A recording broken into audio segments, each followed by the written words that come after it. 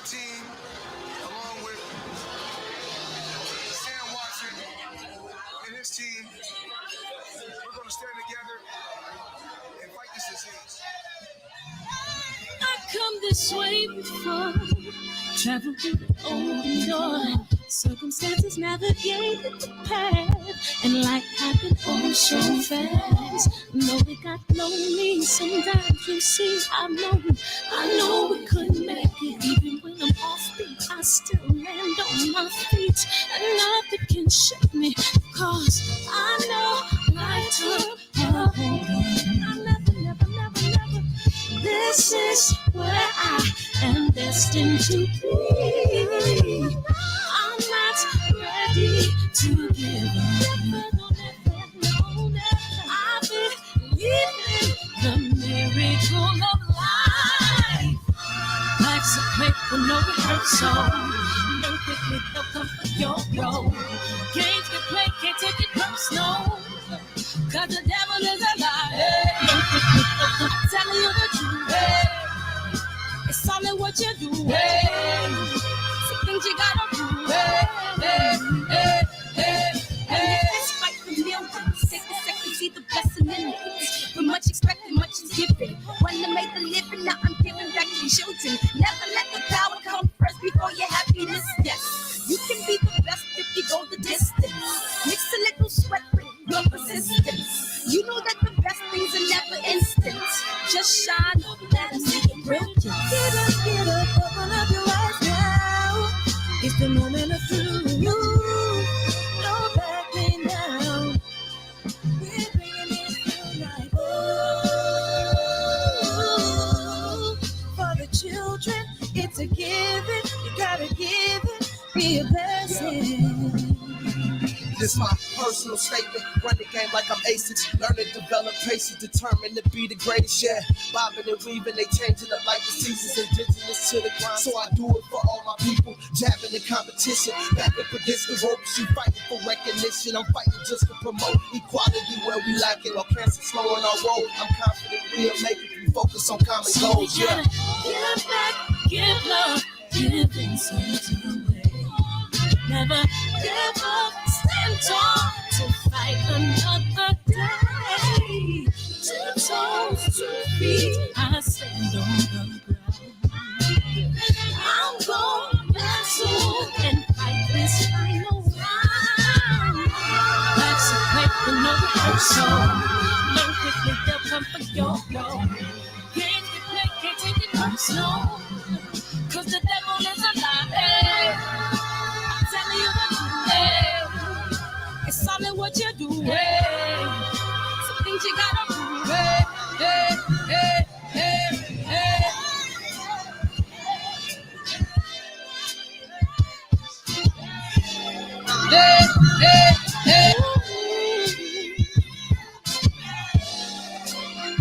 I'm gonna share all that I have and give to those in need. So we're gonna win this battle, fight that disease. No one can support you, don't believe in what's happening. We got to be confident. I love you. Are you making Great job.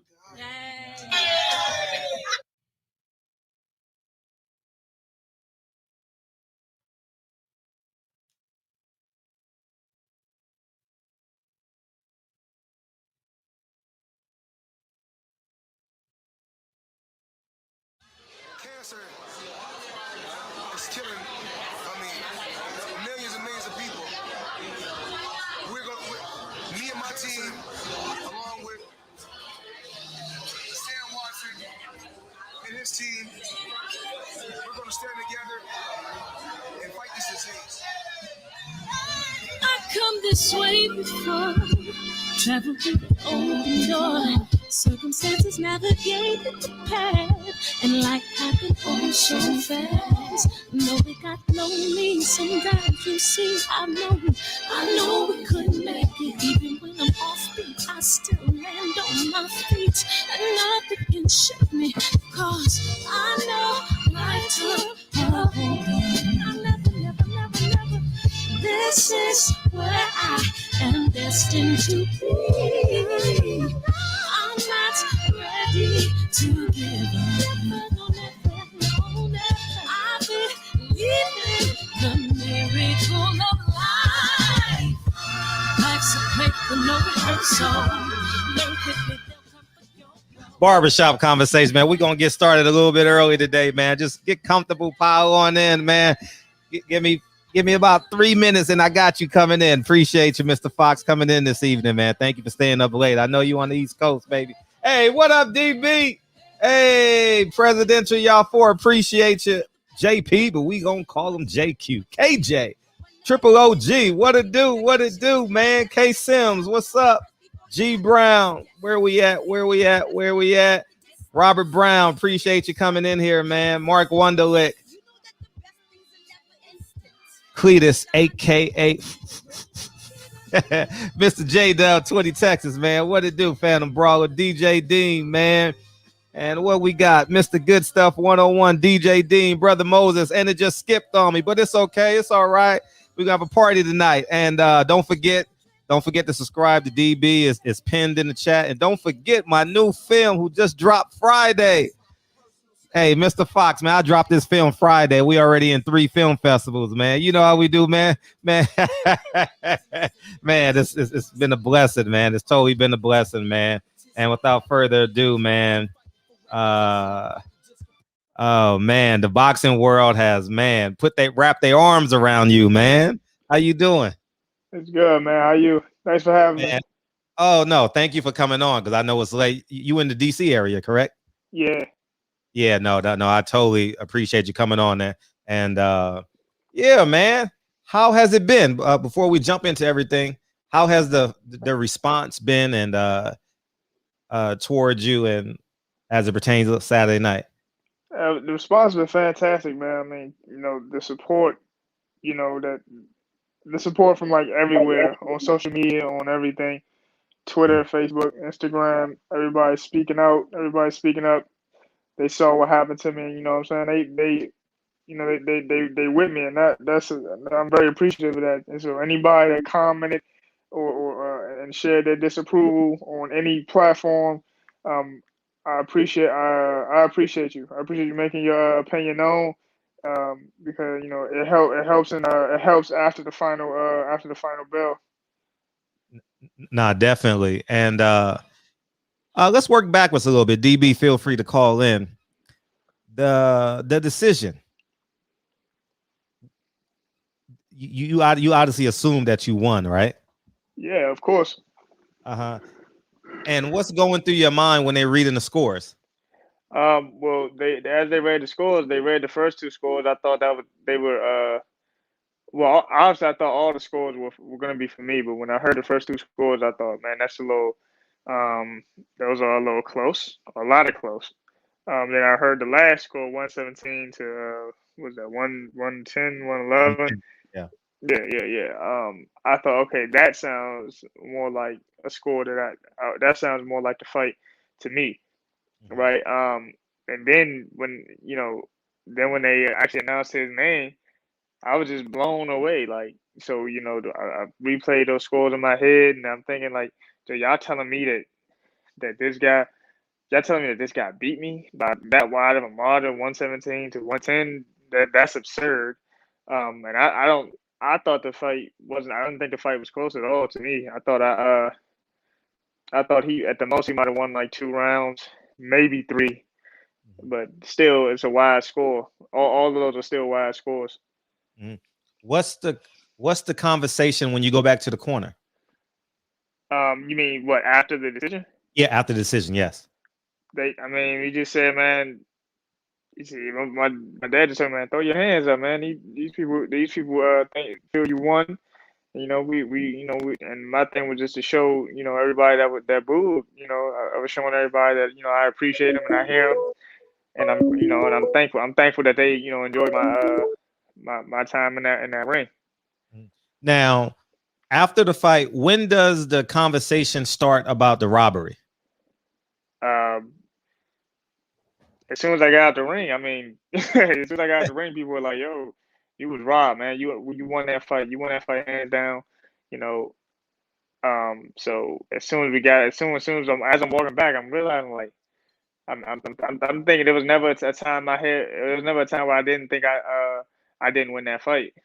So I did interviews and everything. I did an interview with a guy on the way back. Emotions still running hot, but I hold the same response, man. I beat him. Mm-hmm. Co-host here. What's up, DB? What's going on, brother Fox? How you feeling, man? You got to excuse me, man. I was just starting my jog, so I might be a little out of breath asking you a couple of these questions. But thanks for coming and spending some time with us in the shop this evening. I appreciate y'all for having me. Yeah, listen, I want to start by asking you this. Do you think, or let's see, are you comfortable with the future of your career by calling out these guys for the corruption in boxing? Well, I leave the I let the corruption talk to just the public and everybody else. I haven't called corrupt. No one's heard me say that they're corrupt. All I know is that I won that fight. There was a robbery, and it's a wrong that should be righted. I mean, it's a wrong that should be made right. As far as corruption goes, I don't think I've been in the fight game long enough to really comment on if that exists. When you heard or I should say, have you heard about the history of the judge that had it 117, 110? Yeah. So by the time I got back to my hotel room, about 100 tweets and mentions and everything, and her Twitter history came across my timeline, and you seen the kind of things she was saying about African Americans. I mean, I can't help but wonder if she judges fights with blinders on. Mm-hmm. Is she capable? Do you believe she's capable of judging an African American fighter? Well, from from my experience, no. Mm-hmm. 117 to 110. Come on, that is like I said, that is absurd. Mm-hmm. Yeah, Raphael says you won that fight, champ. WBA is a joke. The racist judge Gloria Martinez, incompetent Mendoza are doing more damage to the sport than we know. Appreciate you, man. Has there been any dialogue with you in the WBA as of today? Yeah, we're in talks. They said they'll do a rematch or whatever. They'll on a rematch or whatever. But it doesn't change what happened. It doesn't change that them giving me a rematch doesn't change that this guy gets to boast a win over me. He didn't beat me. Personally, I feel it should be overturned. But Right. I talked to my team and they say it's rare that happens. So I mean, we're considering options. But yeah, me as a competitor, I'm upset about it just because if you would have beat me fair and square and it would have been a close fight and you won a close one, I'd have to just wear that. But it was very one sided, So Right. that's what kind of digs at me is like y'all literally y'all gave this man an entire gift, not even in a close fight. And I mean, even if y'all already decided this had the winner decided, y'all at least got to make it look good. Right. DOG was like, are you pushing for a no contest and no rematch? Well, I would have. I like I said. I was talking with my team. They said the likelihood of them overturning anything is very rare throughout history. I don't think they ever really have. So, I mean, I guess I probably was pushing for it before I know when it first happened. But we'll have to. I guess we'll have to settle for a rematch, or like I said, we're exploring options. How would you want it in a perfect scenario? How would you want the outcome to look like? In the perfect scenario, I would have a belt right now. We wouldn't even be having this conversation. But Right. I mean, if I could have it my way, the decision would be overturned. I mean, Overturned. like you can make it a no contest, make the belt vacant again. I don't like. I would, I would fight for a WBA title again, but like, I don't like him being able to hold that win over me that he didn't earn. I mean, even if we push for this rematch, we can't even guarantee that he would take the fight again. Right. Yeah. Great point, DB. Yeah, but don't you just want to get back in there and fuck him up now? You know, knowing that you went in there and you beat him handedly and wasn't given a decision, doesn't that make it even more appealing to you to take this? I mean, to look for a rematch so you can potentially stop him this time? Yeah, I mean, yeah, like I said, as the competitor in me definitely would just, get in the ring and just try to hurt him. I mean, but like, we gotta look at this. I mean, we gotta look at this as a for everything. I try to look at it for everything it can be. Like, what guarantee am I going to get that I'm not going to get some crazy judging or biased judging. Right. Things like that. You might. I have to wonder, will I put myself in that same position again? Right. Yeah, a lot of times we see fighters, and we saw this with Devin Haney's last fight. Sorry, man, I'm in South Central, so the helicopter's going to be flying over me. But we saw this in Devin Haney's last fight. He took a risk by, standing in the pocket, staying close, and got hit with a shot that the world talks about, even though he dominated the fight. Do you think this will force you to kind of change your style and to be more aggressive, to look for a stop in upcoming fights? Maybe. I mean, it just depends on who I'm fighting. The thing about the guy at my age, when I fought him, I watched his fights, and anybody that boxed him like I did gave him a lot of trouble. I didn't give him a lot of trouble. They beat him. You know what I mean? They say he holds a win in the amateurs over guys like Brian Castano, and we see how Castano fights. He's a forward fighter. He's always trying to come forward and throw a lot of punches. So So I imagine that fight they sat in the pocket, and rumbled, and that's more to his favor. But I'm always I'll make, when it comes to fights, I make the adjustments as I need to. For this fight, I felt I need to stick and move. If there's if I fight somebody else and there's an opportunity for me to land, stay in there a little longer, maybe I will. But my team is a hit and not get hit, and land punches and don't give anything back. That's how we fight. Now, at the top of the fight, there was something going on with the gloves. Can you elaborate on that? And who saw it? And can you walk us through the actual dialogue that you heard or that your father may have said? Okay, so let's take it back to actually the locker room. Okay, Because great. because they sent the guy over to watch me wrap my hands. We sent the guy over to do the same. My cut man actually came back after he finished he finished watching them wrap their hands, and he told us that he had to tell the inspectors that y'all got to pay more attention. Well, now you saying y'all got to watch. They're actually stacking. They're going tape, gauze, and tape, and get tape, gauze, and more tape. That's illegal. And the inspector was like, "Nah, yeah, you're right. He's right. Y'all can't do that."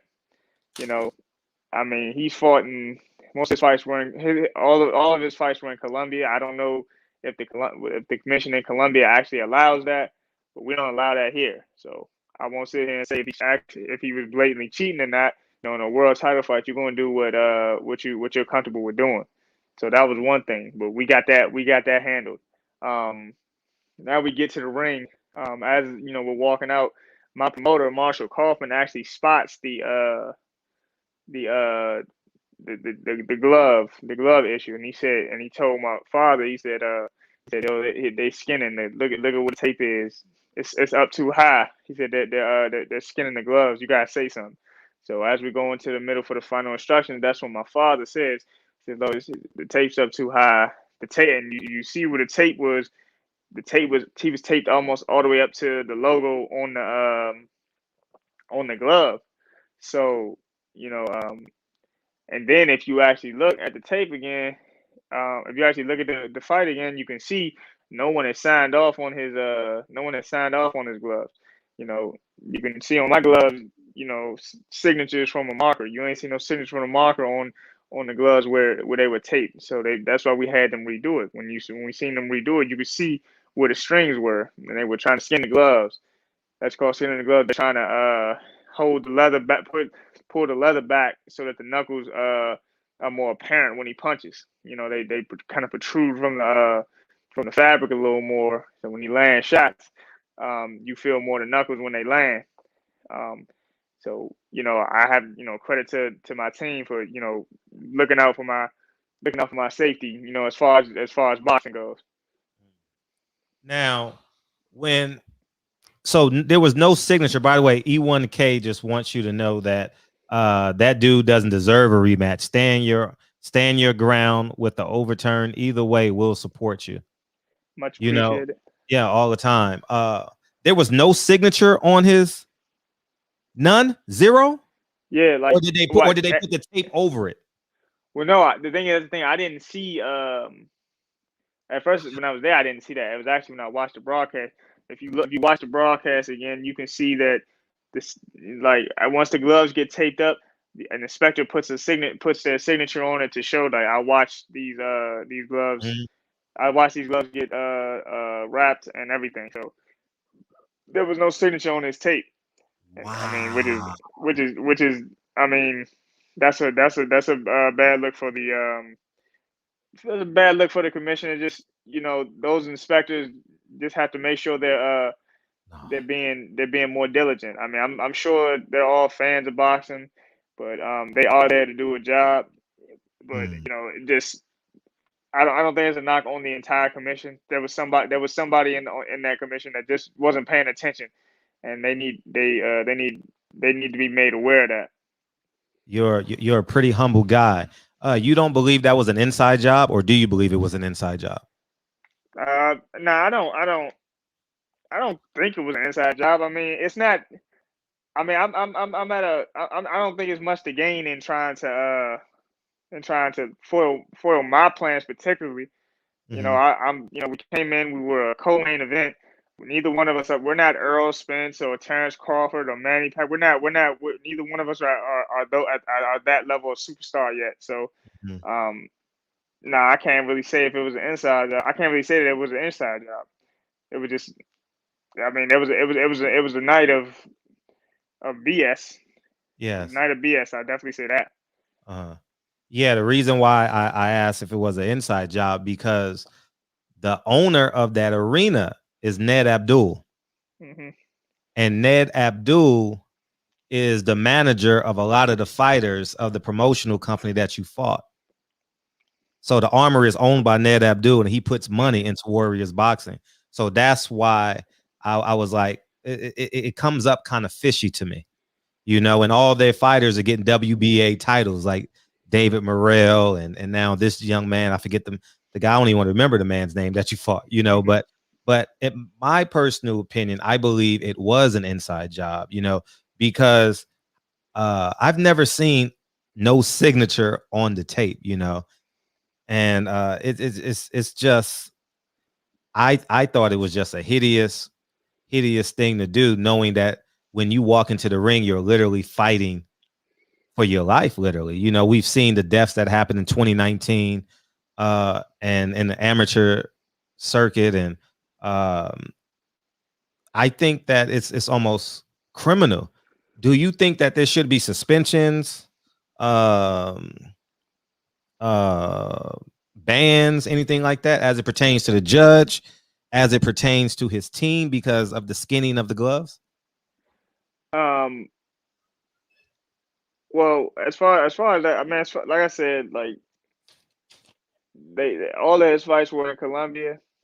Mm-hmm. For all we know, Colombia is, I fought, like, my brother actually fought in the DR, Wow. Dominican Republic, right? Mhm. And we're used to in the U.S., and especially back there to watch us wrap our hands. So we're sitting back in the locker room waiting to get our hands wrapped. My dad goes out to the hallway. Yo, is somebody gonna wrap our hands?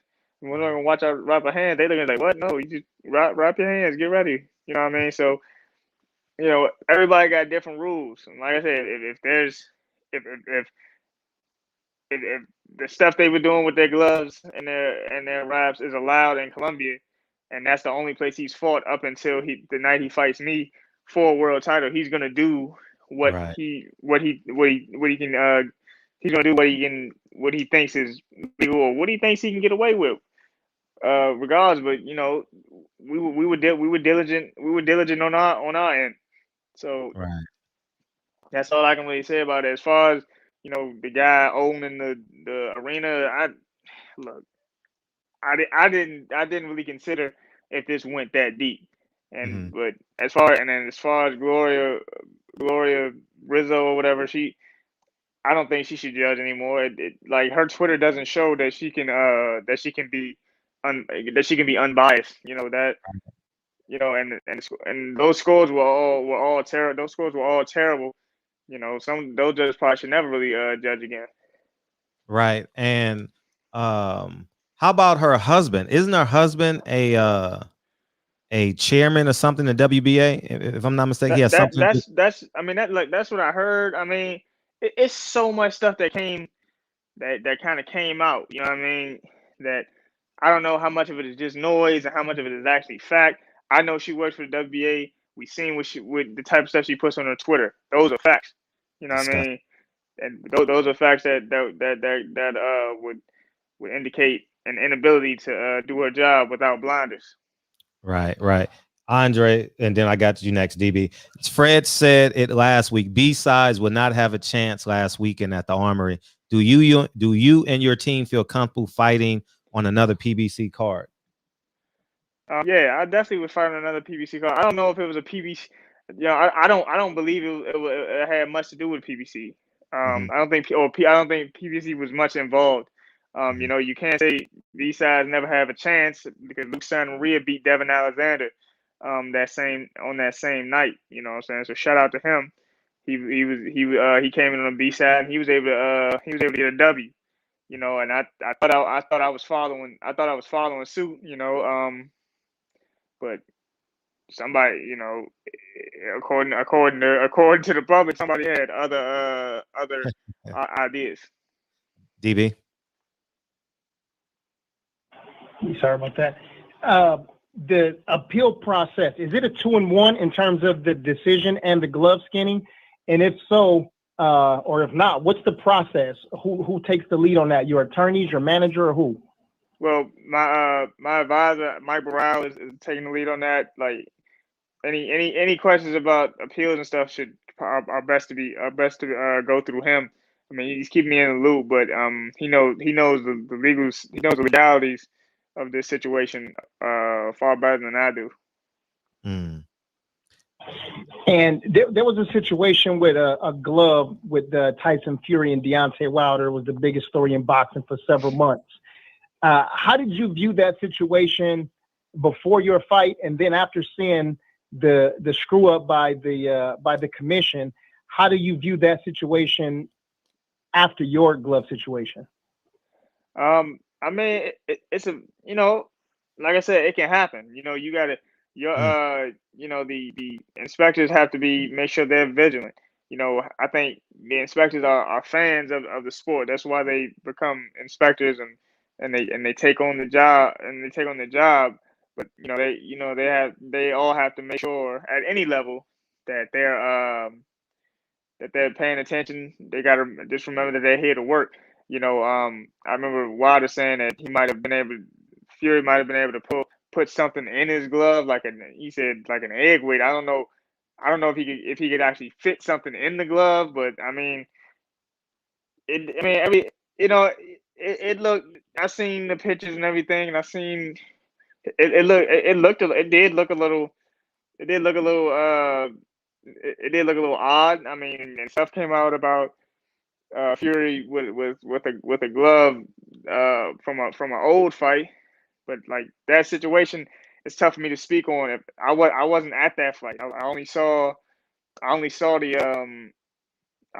what took place in the ring. You know, we watched it on pay-per-view, so I only know what took place in the ring. But you know, I always knew, you know, stuff like that can happen. You know, but that's why you have your team. That's why you have inspectors, and that's why we watch people get their hands right. And now we know we might need to watch these guys actually glove up. You know, especially somebody from the other team still says a rap. That same person from the other team might need to go back over there when they actually put their gloves on. Yeah, I've been a part of these situations before. I've seen it, and I try to tell several people, not just here in the barbershop, but people online everywhere, that these things happen. You know, the commission, sometimes they just see people that fought several times and they feel like they are comfortable with people and maybe like they're not going to cheat. So, you know, they sit back and they may even be sitting in a room with you and they'll have a conversation with you, but they're not, you know, they're not paying close attention because they're just not assuming that you cheat, you know, because they dealt with you plenty of times in the past. But yeah, it can happen. But what about the trajectory of your career before that fight? And had you won the fight officially, were you getting ready to call somebody out? And if so, who? Well, since I was fighting and I was assuming I was thinking I was going to win the interim WBA title. I had plans to. I figured since we were fighting in Minnesota, I just fought for an interim WBA title. I figured that PBC was putting together a shopping list for Jamal James. So I thought fighting for an interim title would put me directly in line to fight him next. But you know that opportunity got shot down when I got robbed last Saturday. Only Dad's podcast says I filed a grievance on your behalf, champ. That's awesome. Man, I appreciate that. I appreciate that a lot. How? Go ahead, D. Real quick, I'm sorry, Fred. When you said you know that it would get shut down, by who? Because I think that the majority of the boxing world, 99% of the people that have a brain, we all saw and know that you won that fight. So who would shut that down? I mean, I'm saying you know, my plans were shot down by the terrible judging. You know, I mean, I give credit to Gabriel Maestre. He's a tough dude. It would have been hard. I think it would be hard for anybody to knock him out. But you know, I think I beat him. But I still think I beat him by a landslide. It shouldn't have been close either way. Like those scores would have been. I say the first two scores, even if those weren't in my favor, I think those had it too close anyway. But yeah, my any chances of me fighting Jamal James next were shot down by the judges. Got it. Go ahead, Brody. How soon? How many days did you have to prepare for this fight? Well, I was a backup on the card in case somebody got sick. So since July, since start of July, I was training for it, but I got my A straight. I actually got my A straight like what? I don't know. About 11 days. We actually signed like, okay, Cody Crawley tested positive for COVID. Now we're gonna take on. Now you're gonna step in and fight Gabriel Maestre. I found out at about 11 days notice, but I was already sparring and everything. And prayers up for Cody Crawley. I hope he recovers well. Okay. What's the process in being the backup? So how is the contact with you so the fans can get an idea of the build up to this fight? Yeah, well, PBC. I guess PBC reaches out to PBC reached out to my advisor and my advisor and my promoter. And I'm not sure exactly who they talked to, but I get, they talk to my advisors and promoter. They call and they call me and say, yeah, there's a there's a welterweight card in Minnesota, and PBC wants you to be the backup for it. So if you don't so you go in there. If no one tests positive, you don't fight, but they'll pay you. You will weigh in, and they'll still pay you. As just basically as a thank you for being on call. But sometimes, like I did, I got lucky. And I end up actually fighting. But I mean, in reality, you got to prepare for multiple fighters. When you're preparing for multiple fighters, I mean, the best thing to do. I mean, you might check some tape and stuff, but that's gonna be a lot to deal with. The best thing you can do as a fighter is just prepare your body and your skill set to be at its best, so that whoever you fight, you're competitive against them. And on the 9 days prior to the fight, what happens there? When you actually get the opponent? Yeah, when you actually get the opponent. Well, now you can dedicate the rest. I guess you can dedicate the rest of the camp to preparing for them. So I had, like I said, I had been sparring, but I was sparring both stances. Because you see who's on the card, a couple a few conventional fighters and a few southpaws. So I was fighting both stances, but once I got the call, I had about 2 days left. So I trained all the way on I trained for right-hander. I trained for a right-handed fighter, so I can cater my sparring to that opponent. Yeah, and when you arrived, now looking back on it, do you see anything like out of the ordinary, like as it pertains to in Minnesota in the build up to this fight? Nah, I really didn't. I came to the we flew in on a Wednesday, had a press conference Thursday, weigh in Friday, fight Saturday. Everything was pretty regular. I did my regular routine. I got the rest of the weight off. Weighed in, had dinner that night. Everything was regular. I didn't. And then the stuff things started. Saturday night in the venue. When with the hand wrap situation, the glove situation. Those were the things that were kind of strange. Do you think the card was? I mean, the scorecards were predetermined prior to the fight? I don't.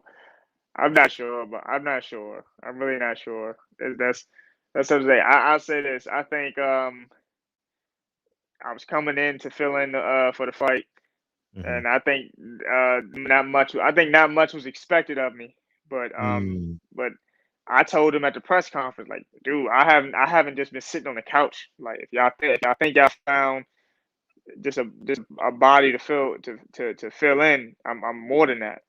Right. I'm coming to win. Y'all got it's an interim world title on the line. But best believe. And the thing about finding out that it was going to be for a world title, that was extra fuel to finish up the camp strong. Added a little more excitement to the whole gym. The whole gym had a good energy in the gym for the rest of the camp, because we're all just excited. My teammates telling me, like, man, yo, you bring this jump home. We do, as a team, we do everything to prepare one another. We assist, might assist with sparring and everything. We might talk to the coach, like, yeah, he got to watch this, he got to watch out, put his hand up, duck under this way, blah, blah, blah, things like that. So I told him, like, I'm more than ready. I'm more than ready for this opportunity. I've been training. I'm always in the gym, so I'm never just coming off the couch. I'm never just like, oh man, I got to fight. Let's go to the gym, guys. Nah, I was in the gym when they called about the fight. Right. I think Boom says, I think the judges should be arrested when stuff like this are done. They locked up the NBA ref. Hell, she may have been betting and gambling on your fight, dog. How do you mean, respond to that? she could have been. She definitely could have been. I mean, if she's going to gamble on it, she's in a position to control her outcome. But I mean, like I said, until that kind of stuff comes to light, I won't say that's what happened. What we saw come to light was, her Twitter and the type of person she is. So Right. that stuff came to light. That stuff I might speak on sometimes. How about the sanctioning fees? Did they reimburse you the sanctioning fees? Hell no. do, do That you came think? out the check. Do you think you should be reimbursed your sanctioning fees? I mean, maybe, probably. I mean, after what y'all did to me, y'all robbed me there. Y'all gonna rob me twice. But you know what? I ain't even gonna go there. I ain't gonna go there because you know what? The WBA still technically gave me an opportunity to fight to fight for their belt and represent their organization. So I'm great. I'm still thankful for the opportunity. So we ain't even gonna burn no bridges. Yeah, I I love your I love that you're keeping the center of gravity, man. Because Yeah, I thought you. I was upset. But I mean, I still am upset. But at the same time, I'm not overly emotional. So this is Mm, this is this is this is me. This is me being mad, happy, or whatever. You may never know. my opinion is they used your black skin to elevate him. You understand what I'm saying? Like they say, oh, we gonna the most likeliest black fighter we can get. You understand that's a good fighter. We could bring him in. He'll lose. That he'll elevate the profile of the guy that you're fighting, and we'll move on. You know, and that tends to happen a lot in boxing. It happened to Devin Alexander Saturday night. And I thought they were probably gonna, not probably. I thought that they did the same thing to you. And I didn't watch the fight Saturday night. I end up catching up with it on Monday, and today is Tuesday. Yeah, Yes. so Monday I end up catching up with it, and that was a Mr. Fox. That was a job, man. That was a job. The bridge is Yeah. burnt, Well, bro. They robbed you. They robbed you on live TV. You know yeah. what I mean? I mean, it was definitely a robbery. I just truthfully I think that I came in and they didn't expect for me to do what I did at all. They definitely Oh didn't expect me to do no. what I did, and that's Uh-huh. the biggest thing. They probably thought my SA was gonna put me away and they weren't gonna have to judge, Mhm. but like I know I've been in with tough fight. I've been in with stronger punches than my X-ray at a lower weight class. So he landed some shots, but he didn't hit me with anything that I felt was like, oh my god, this guy really is the truth. You know what I mean? He it was he if he doesn't go he will not go down as one of my toughest opponents. He'll go down as durable, but not one of the toughest. Mm. What did you guys have a conversation after the fight? No, I don't think he speaks English. So I know he doesn't speak English. I'm just saying, like, there's a mutual level of understanding. Like, I know I robbed you. why would he say that? No, not Why say it, but I'm talking about like the body language, or you Oh get what well, I'm saying? yeah. Look, well, if you look at the broadcast, you can see he didn't look like he didn't look like a fighter that thought he just won a world title. He wasn't cheering loud. He didn't jump up and down. I mean, you know, I know you say you wanted to capture a world title as a professional. You didn't behave like you didn't seem to be as happy. You didn't seem to be as happy as most people would be. Got it. DB. Yeah, let me go back just for a second. The backup spot pays show money, correct? Yes. Okay. And how does that contract look compared to the regular contract for you fighting on the card, for you being the primary choice? Well, I'm trying to think the last time I fought. Pass mine a car. Okay, so yeah, so they fly you out. Um, they fly you out. You after the scheduled fights weigh in. You just the official weigh-in's over. You just jump. They just got you jumping on the scale, and you jump on the scale, and and you, as long as you show that you made the weight, that you were able to make the weight, that you actually came to that you were prepared to fight if they needed you to. Um, you get your check on the night of the fight. Okay. So no, you're asking him, does the pay change between not fighting, being just the weigh in versus coming in and actually fighting? Was that your question, DB? Right. Okay, yeah. Oh, okay. So yeah, no, yeah. Yeah. If you fill in for one of the fighters, depending on who the card, depending on who where you are on the card. If you actually fill in for one of the fighters, you don't get. It's not just show money. You're gonna get money you're gonna get fight money. Depending on the level of opposition you face. But you're gonna get paid. You're gonna get paid to fight. You're gonna get paid a fighter's pay. Beautiful. They give you, the weigh-in money is the weigh-in money is a good amount, but it's just thanks for showing up. Got you. Now, you said the Jamal James fight might not be available for you now. So if that's not the case right now, then who do you want next? Give us a name of a person that you want to fight. Truthfully, I don't really have any names just because, this situation, I haven't thought far past this situation. I haven't thought far past the situation. I thought, I knew I had it. I had basically a mission in my head. Like, okay, this is the interim belt. It's not to me. In my mind, it's not the full world. It's not the full on world title, but it puts you in a position to gain it. Okay, so the first step is getting past Maestre. You when obtaining an interim belt, and your next fight can be Jamal James, and then maybe after Jamal James, you could have fought maybe your Dennis Ugas, but now Ugas is being bumped up to fight Pacquiao.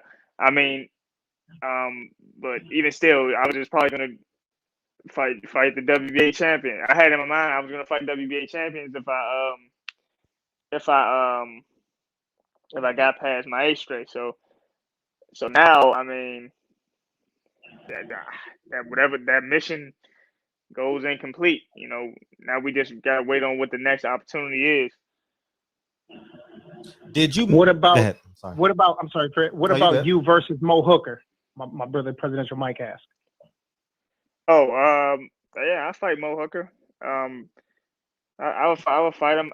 We offered. We thought he was. I think after he fought Jose Ramirez, he was looking for opponents to fight like I guess a comeback fight or whatever.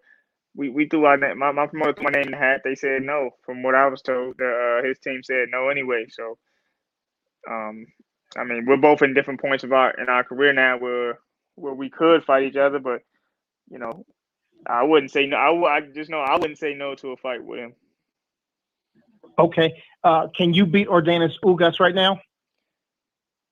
The way I was feeling in that fight, and in the fight I just fought, I felt like I could beat Yordenis Ugas. I can beat Maurice Hooker, and I could have beaten Jamal James. The way I felt in that fight, yes. Right on. What was there any bonuses in your contract? Had you received if you won? Nah. Okay. I had what they were gonna pay me, and the bonus was probably the bonus was really getting the interim belt. But like I said, that was gonna put me in a good position. Excuse me. That was gonna put me in a good position, so I'll take it. Do PBC have an option on your next fight? Let me say my advisor is talking to PBC right now about another an opponent and everything, but it's still early in talks for me to even talk about it really. Okay, because the reason why I asked is the build up to that was, do you have any reservations or concerns that they're just going to move on? No, I talked to my advisor. I mean, they said as soon as they called Maestre's name, that they're like, nah, we're gonna try to push for the rematch immediately. We're not gonna just, you know, we're gonna do something for him. Yeah. Hmm. So you're optimistic you'll get another fight? Yeah, I'm optimistic. Like I Okay, think, yeah, okay, because I think from Premier Boxing Champions, they saw what happened, and you know, it's on their it happened on their showcase. So they don't want to have a bad name at the end of this. They don't want to have a reputation for treating mistreating fighters. I mean, like I said, this was a I mean, WBA is probably who is to be the WBA is who is to be looked at about this, not PBC. right, PBC was just a platform, but right. the WBA is where I think all the fingers it should be pointed. You know, Premier Mhm. Boxing Champions gave me and my straight an opportunity to fight on national TV. Right. The and I'll in a second, DB. The reason why I say that is because Rolly, the guy Jackson didn't get a rematch, and if you beat a guy 10 rounds out of 12, I don't think he's gonna want to get in the ring with you. You get what I'm saying? Yeah, that's what I mean. Yeah, like the thing is, we could push for this rematch, but we can't. We still can't even guarantee that Maestro would take it. We can't even guarantee that Maestro would take it. We can't guarantee that. And it's not like. I mean, they ain't got. They don't have to strip him. They could strip him if they want to. It's basically all the moves and all the moves are in the WBA's pocket. So all the next move that gets made is on the WBA. The ball's in their court. So you know so they could push for the immediate rematch. Maestre's team decide they don't want it. They don't want it. I mean, I would just be looking for somebody else to fight now. DB. Sorry, man, I was talking on mute. Sorry. Mhm. Got word from one of our boxing insiders. It said that the WBA ordered that today, ordered a rematch. WBA ordered Fox versus Maestre, and they have 30 days to negotiate and then a purse bid.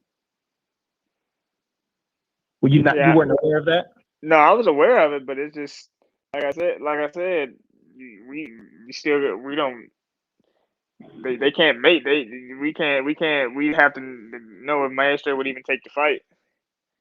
He's not going to take the fight. I'm going to say I believe he's not going to take the fight, and that's why I'm not being a pessimistic. I'm just, the history of boxing proves if you beat a guy 10, if a guy gets robbed and he wins, and he's the A side, you know, this water under the bridge, and they're gonna try and move him to get to where they wanted to move him, you know, and then it puts you in a pickle in terms of like, what do you do next? But you don't have to worry about that now. We're just going to say hopeful that you do get the rematch, and we're going to cross our fingers, and you know what I mean, and wish upon the star, and you get what I'm saying.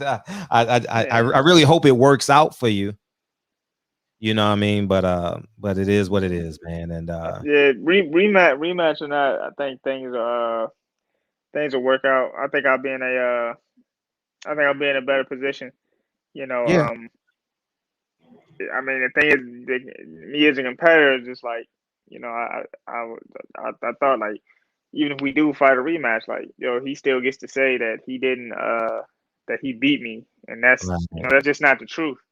That's not the right. truth of it at all. Like, dude, you, like, can you really sit there and say like, the thing about it is, when I sit with myself in private, you know, and I'm driving the car or something, and I'm by myself, I think about that fight, and I can't help but think like yeah, this dude didn't beat me, and then I wonder that when he sit sits alone with himself, does he actually sit here and tell himself that he won that fight? Mm, I get it. On another note, Errol Spence has a torn retina. Do you know anybody that's ever had a torn retina, anything like that? And Well, I don't know. I don't know anybody personally. uh I read Ray Leonard's book. He had a torn retina. He came back. Errol Spence can come back from it. The thing is, had he went into the fight, he might not. It's something that the fight, win or lose, the damage could have ended his career. So it's good that he did. He made. I think he made the right choice. Um, and bowing out. I think he said that he found out because he was going to get like the eye exams that you had to get for a fight. So it's good they caught it, and and he said he went to 2 or 3 doctors. They told him that he that you can't fight. right. And thank you. I want to say thank you to Errol Spence because he actually DM'd me and said, "Man, Oh, that's he said sorry about how your fight went, man. You won hands down, and I'm very grateful that I told him, man, thanks a lot, and I'm sorry about what's happened with you, right? I'm sorry about your injury, but um, it happens. It's part of the sport, man. Even if it was light sparring or whatever that happened, because he's about 2 weeks out. So the sparring, they're probably toning down sparring now. All it takes is one. All it takes is one little punch that wasn't even the hardest punch he felt that could have just uh, detached the retina. Mm. Yeah, Earl's a class act, man. And like I said, the boxing world has definitely wrapped their arms around you. That Feeling podcast, man. WBA trying to right a wrong that should have never happened. And R. West wants to ask you, has your experience soured you on boxing at all? Um, at first it kind of did, but I got to Lennox Lewis talked to me and he said he was just like, man, keep doing your thing. You're looking great. I can see the progress in your boxing. And for him, for a guy with as many accolades as him to tell me that was good for me to hear. I probably thinking in hindsight, I probably need to hear that because definitely made me want to perform again. Like I didn't think I was gonna not perform again, but I definitely wanted to perform again. It was great to hear that from a guy you know, from a guy that I admire, that's been places I want to go. It was great to hear. So nah, we're not really sour. We're more motivated now. Has anyone else reached out to you? Um, yeah, well, the guy fighter Francisco Santana, he Oh, actually reached out on Instagram, but a lot of fighters saw it and spoke on it. Franchon Cruz, Tony Harrison, Julian Williams, Damon Nicholson, a personal friend of mine. These guys all spoke publicly. I'm grateful to everybody that spoke about it publicly. Because that put pressure on the WBA to actually do something about it and not just be like, there we go. At least they right. can. At least they can act. At least act like they were gonna. Do something about it. Do you believe? I posted yesterday on my Instagram, and we discussed this yesterday. Do you think the WBA champion should speak up on your behalf? I mean, the WB. I mean, it could like one on one side, it could happen to any of the WBA champions, and on another side, you don't want to bite the hand that feeds you, especially if the WBA belt is the only belt you hold.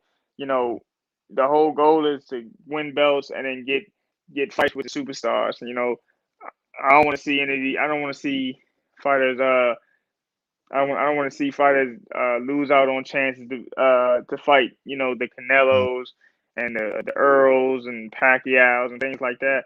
I don't want to see mm, those guys miss out on that. I mean, mm. if they're willing to do that, that's their choice. You know what I mean? Right. If they're willing to speak on it, that's their choice, and I'm grateful to them for risking the career that they work so hard to build. But Uh, I respect them if they don't. I, Either I, I way. that's admirable to say. You mind if I respond to that? Oh, go ahead. And thank you. I appreciate that.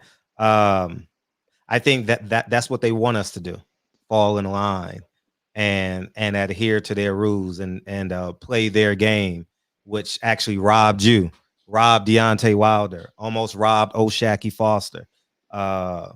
And I think that the fighters should stand up. I think the fighters should say something. I think the fans should stand up and say something. I think you're doing an admirable job at balancing the scales, you know, because you don't know what your future holds. But at the end of the day, I think that they're going to eat you. In my opinion, I've been covering boxing about 12 years now, and I haven't seen nothing this bad in a long time, you know. But they're going to give you a payday and forget about you. And I think that this is a rallying cry. I think your situation is a rallying cry to right the wrongs in boxing, because they called Deontay Wilder crazy. They said that no way could a fighter walk in with the gloves. And now you say there's no signature on the gloves. So when there's money on the line, a man 3-0 get a championship fight, 3-0, and you're light years better than him, Mr. Fox. You're light years better than this kid. I saw the fight yesterday. It's like me fighting you. Only thing is he got better head movement. You get what I'm saying? That's it. You fought a 2-time Olympic gold Olympian and whooped his tail. And I genuinely believe that this is the time, similar to what happened last year, where we had a rallying cry in America and we had over 80 million people worldwide stand up, but nothing happened because we just was symbols. We didn't use our vote. We didn't hold our politicians accountable. We just was satisfied with just yelling at the top of our lungs and raising our fists. You know, we didn't change the Constitution. We didn't fight for reparations. We didn't fight to change the Electoral College, you know. And I genuinely, in my heart of hearts, you understand what I'm saying? Because of your diplomacy, I think your diplomacy is phenomenal. Like, shit, I mean, I wouldn't have been this way.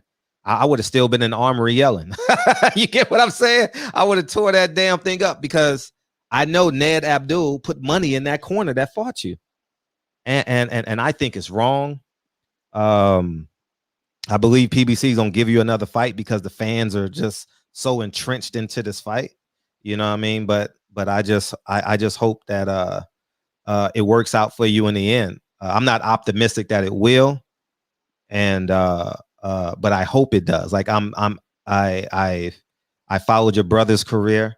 I'm now going to follow your career, and I really hope that it does work out for y'all, because y'all have committed to the sport of boxing, similar to the Ennis family, whose brother has fought, similar to the Peterson family. You in your area, y'all have done the Gary Russell family, who fights this Saturday. You know, I admire y'all, you know, for the sacrifices that y'all have made. But whew, I just think a year from now, I'm going to DM you and ask you for an interview. And, you know, I hope I'm wrong. I genuinely hope that I'm wrong, sincerely. But you know, they bow to the Canelos of the world. You know what I mean? They bow to the Floyd Mayweathers of the world, you know, that are actually generating income. You know, it wasn't a sold out arena where they were yelling your name or yelling that other man's name. So it's at a cost to them to put on this fight. So that's my take on it. And I hope I'm wrong, Mr. Fox. I really hope I'm wrong, you know, and shit, you know, I just hope that I'm wrong, you know, but you know, we're rooting for you, man. Your fan base is crazy now, though. Definitely. No doubt about that. Now your fan base is really crazy. And my last question, they asked about 10 times in the chat. What's your take on racism in boxing? Do you think it's real, or do you think this is just an anomaly as it pertains to you Saturday night? I wouldn't say it's an anomaly. As far as race in boxing, period. I mean, you know, the behavior, you know, the behavior in the fighters are different. Like, you think about Floyd Mayweather. I tell you what, think about Floyd Mayweather, think about Andre Ward. You know, you got two Olympians, one's a gold medalist, one's a bronze medalist. You know, one got the work, got the work done, and he let other people tell people. I mean, he let other people tell other. I mean, he let others talk about how great he is, and then you had another who told you how great he was and was always kind of in your face about how good he was. And I mean, what I take from that is that, you know, uh, black fighters. I say there's black fighters that do a lot, that talk a lot and are flamboyant and braggadocious, like the Floyd Mayweather, Adrian Barnes, and things like that. They make more money because that's what the powers that be feel like they want to see. You know what I mean? But you got a guy like Andre Ward who had a hell of a career. I know he's made a lot of money, but him being an Olympic gold medalist and being undefeated, I mean, you would think he's made as much money as Floyd Mayweather did. But Floyd Mayweather knew how to play the game. Yeah. Y'all want a villain, y'all want a black, y'all want a flamboyant black fighter. Here I am, and that's how Floyd Mayweather made his money, because he knew that buying tickets to see him get knocked out were the same price as buying tickets to see him win. Where you got a guy like Andre Ward who, never been in no trouble.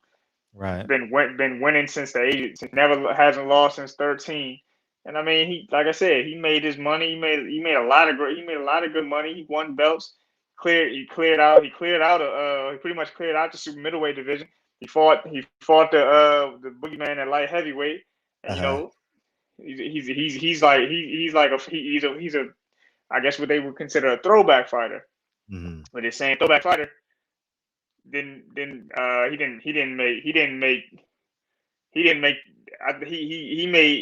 the money that, I mean, he made a lot of money. I want to say that I know he made a lot of money fighting, but he didn't make that type of money that Floyd do, and it's gonna be hard for anybody to do. Where when you look at other people, guys like Canelo doesn't have to do much. He just has to fight. He has an entire nation behind him. You know what I'm saying? Mexico is all the way behind him, so he doesn't have to do much. He just have to go and perform. He doesn't have to be loud. He doesn't have to be arrogant and cocky and all that stuff. I think it's personally, I think that's a bit of a curse of being a black person. If you want to really excel, you gotta sometimes act a fool, and that's where I think race kind of plays into boxing. Like we don't get the same road. Right. We don't get the same road. We don't get to just be good at what we do. We gotta be loud. We gotta be like Adrian Broner. We gotta be like Floyd Mayweather. We gotta be like those kind of fighters to really reach out and get a hold of some good money and get the attention of the masses. Right. That Feeling podcast said you made me a fan.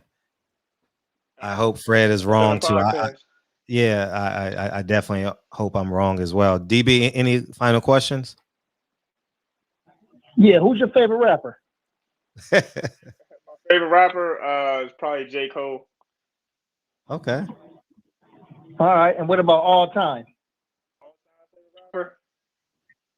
Probably. I didn't hear it. All time favorite rappers probably Jay-Z.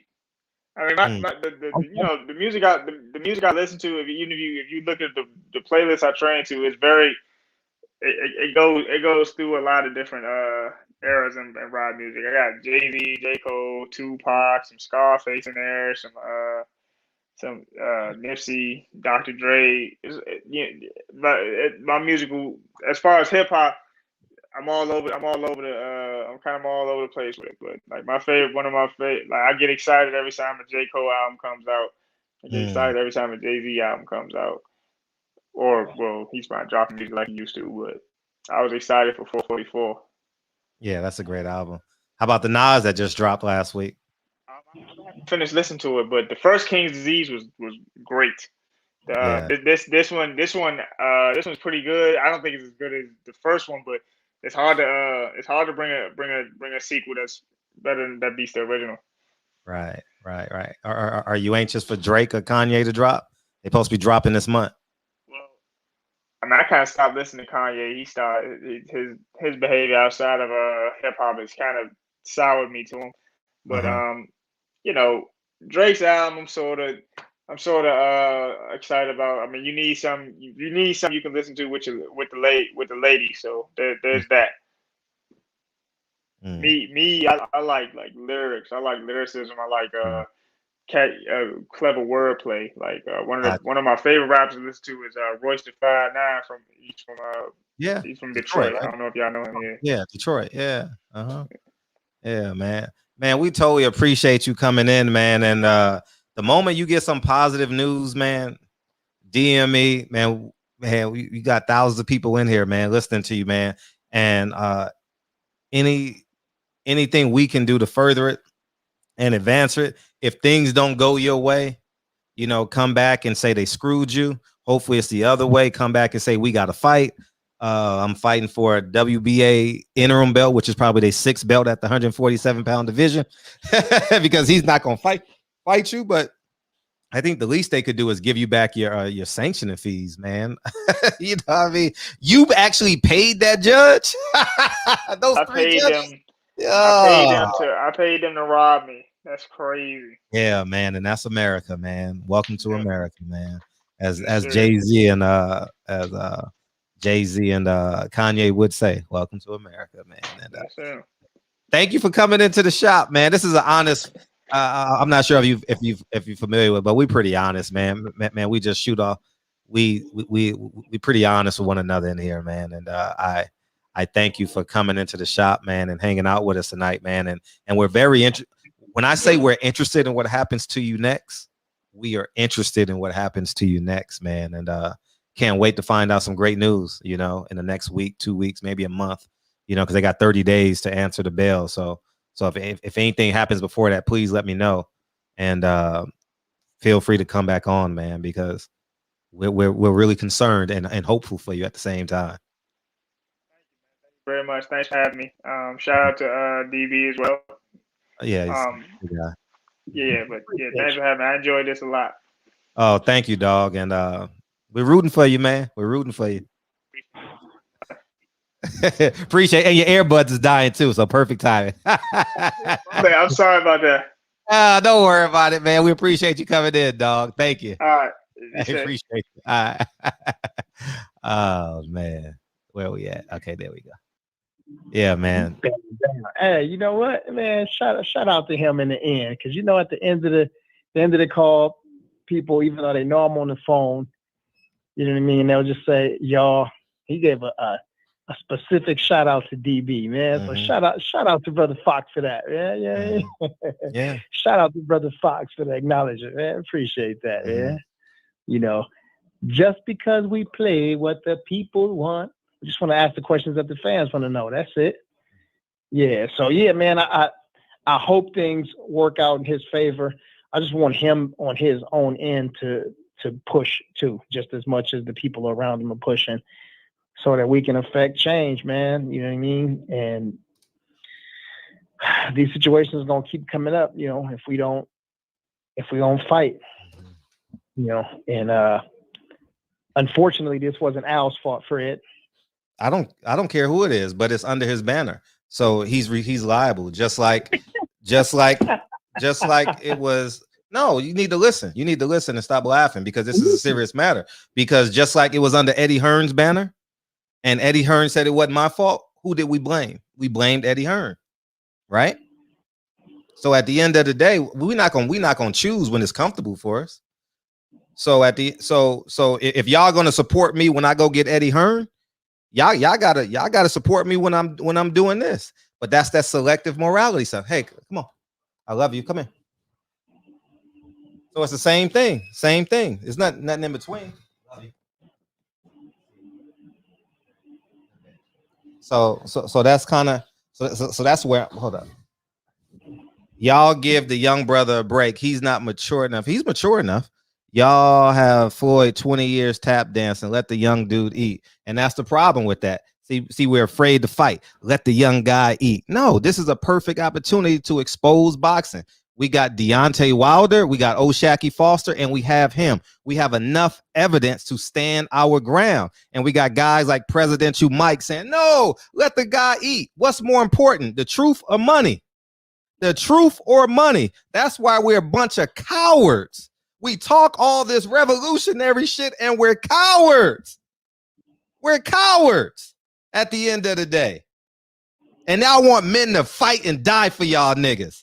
Man, get the fuck out of here, man. This is a perfect opportunity to fight. It happened to Deontay Wilder, but because Tyson Fury is a Bob Arum fighter, we fight. Well, that nigga that had the illegal gloves that walk in the ring is an Al Heyman signed fighter via Warrior Boxing, and we don't want to fight. Scared ass niggas. I know. It's Al Heyman is the GOAT. He got to be right in everything that he do. No, he's wrong in this instance, and we should be standing up fighting. But I'm not gonna fight the battle. I'm just gonna use this platform as an echo chamber, and y'all can do what you like. But listen, let me tell you something. That would not have happened to my son. I'm gonna tell you that right now. That would not have happened to Lincoln. That would not have happened to Kennedy. Oh, play the game. Let the man eat because you're a coward. We do all this talking, DB. You do all this talking. I'm tough. I'm this. Presidential Mike. I'm tough. I'm this. But when it's time to ride, you won't do it. Y'all want to ride on Eddie Hearn when the guy came in with steroids and illegal gloves? Tyson Fury is a Bob Arum fighter. So what's the easy? So we go get Bob. It's what happened. We brought Bob in a barbershop, and y'all could ask him anything y'all wanted to ask him, and we did. Oh, the WBC is racist, right? Oh, they're racist. So let's bring Mauricio Sulaiman in. You can ask him anything you want. The man walked into the ring with no signature on his raps, and y'all saying, oh, it's not an inside job. Man, give me a break, man. It happened on his watch. He's responsible for it, and everybody there, the promoters. Yes. Okay, I'll take care of it, Lincoln. Just cut the light out and plug in your iPad. So at the end of the day, y'all just talking. Y'all just talk. Y'all don't want to fight. DB, you don't want to fight. You want to be right. Y'all don't want to fight because we got 3 examples. Happened to O'Shaquie Foster, him, and Deontay Wilder. 3 black fighters, 3 different locations, 3 different sanctioning bodies, if I'm not mistaken. I know. I'm wrong. All you, DB. All right. Emotional Fred, listen. I can be emotional. There's nothing wrong with being emotional when you're passionate about something. So, but why are you defending it then? If I said it, then no, I'm not defending it. And I got to help Lincoln real quick. But go ahead, talk to the people. You figured it out? Okay. Yeah. Go ahead. So first thing is, I believe Presidential Mike was saying, listen, if the guy does not want to fight, then don't push him to saying that it was this person's fault or saying that it was corruption. I asked him what he thought about corruption in boxing. He said, you never heard that come out of my mouth. Okay, cool. I moved on. I didn't ask him 5 or 6 times about the same thing. So if the guy doesn't think that it was a PBC thing or a WBA thing or whatever his feeling is, we can't force him to believe what you or I or somebody else in the shop believes. And I think that's what Presidential Mike was saying. Listen, if he wants to fight, allow him to fight. If he doesn't want to fight, allow him not to do that. Don't push him. So he's saying if the man doesn't want to put himself out there, allow him to be him and let him eat if that's what he wants. So you gave him your opinion and, what a potential solution, or not a solution, but, what you thought that he could do, which is speak out, which is the same thing I thought. But, if that's not his stance, then so be it. But we can't keep going. Oh, well, let me see. Al Heyman was in charge of the commission, not checking the guy's gloves. Yeah, Al Heyman was supposed to come check the gloves himself. or it's Al Heyman's fault that the dog head heifer was a racist judge. That's all Al Heyman's fault. No, if there's something that's specific to him, then we can talk about that one specific thing. If he does something that's wrong, then we can call it that's wrong. But every time there's a situation, it's gonna all circle into this whirlwind. At the end of the day, that tornado was created by Al Heyman. Like, come on with that, man. Come on, it's got to be something specific and point directly to it, and then we can move on with that and go, okay, we all shrug our shoulders and go, yeah, shit, I was wrong that time. And in terms of fighting, you want me to fight the way you fight, or I fight the way I fight? You can't tell Presidential Mike how he has to fight. You can't tell Reggie, you can't tell DJ how they have to fight. Because you don't know if a person is in their home purchasing pay-per-views or not, or if they're giving the viewership to that network, or if they like posts about a certain fighter or network. Now, if you see them on Instagram and somebody tell you that they did it, okay, but you don't know how. So, and I know you said yesterday that, that everybody in the shop could use this as a platform to let their message and their voice be heard. And that's great. And I know for me, of course, but I know for some people, maybe they didn't know that before. So, we just got to take stuff for what it is. And what it is the guy, we all feel like the guy most of us feel like he's gotten cheated, and hope there's an appeal process that's happening with the gloves and also that judge. Hopefully he gets a rematch in I can't think of it. What's the guy's name he fought? I don't know. Don't care. Yeah, true. But hopefully he gets a rematch with him. I think he can go in there and do the same thing he just did, and maybe even be a little more aggressive and stop the guy. I would like that for him. But if not, I hope he can get a Jamal James fight, or fight somebody to to move up that ladder. And right now is the perfect time for him too, because there's so many. Yeah, Gabriel Mosher. Thanks, Denzel.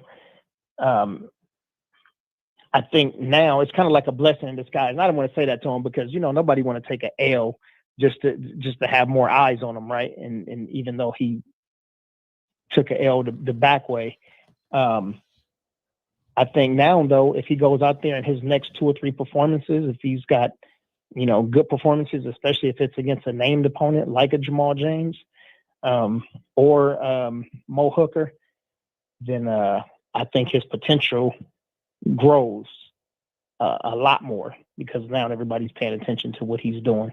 You know what I mean? And go ahead, Brody. So your let me read the super chat. Terrence Bailey, there's a whole lot I want to say. Well, say it. You ain't got to hold shit back here. Fuck the ops. They got, fuck. Man. But now isn't the time. Saying too much in a public forum gives the ops too much intel. Operational sign, man, ain't no fucking. What secrets are we keeping from them? What secrets are we keeping from them? So you're advocating that he goes and fights. He gets a rematch. Is that what you're advocating for? No, I was just saying I would like for.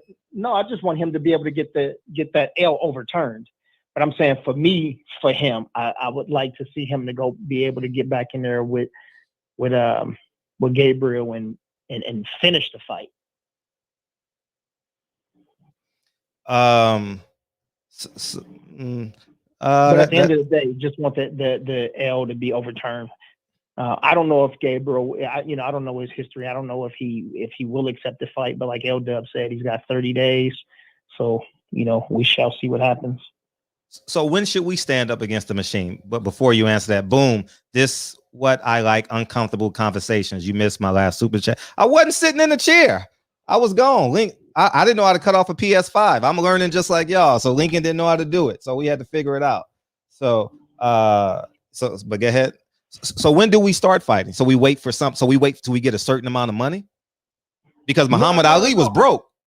You heard in the interview, Muhammad Ali was broke for 3 years, didn't have $1, borrowed money from Elijah Muhammad, had speaking engagement, traveled in a car all across the country doing speaking engagements. When do we speak up as a people? When do we speak up?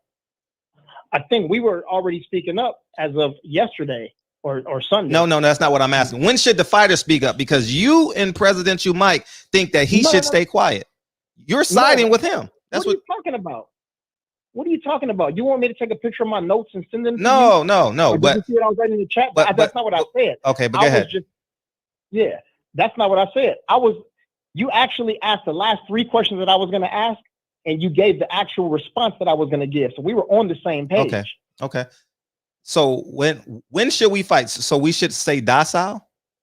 We shouldn't fight the machine that robbed this man. Like, yeah, that's not for me because I think that he should. But again, I can't tell the man how to do his thing.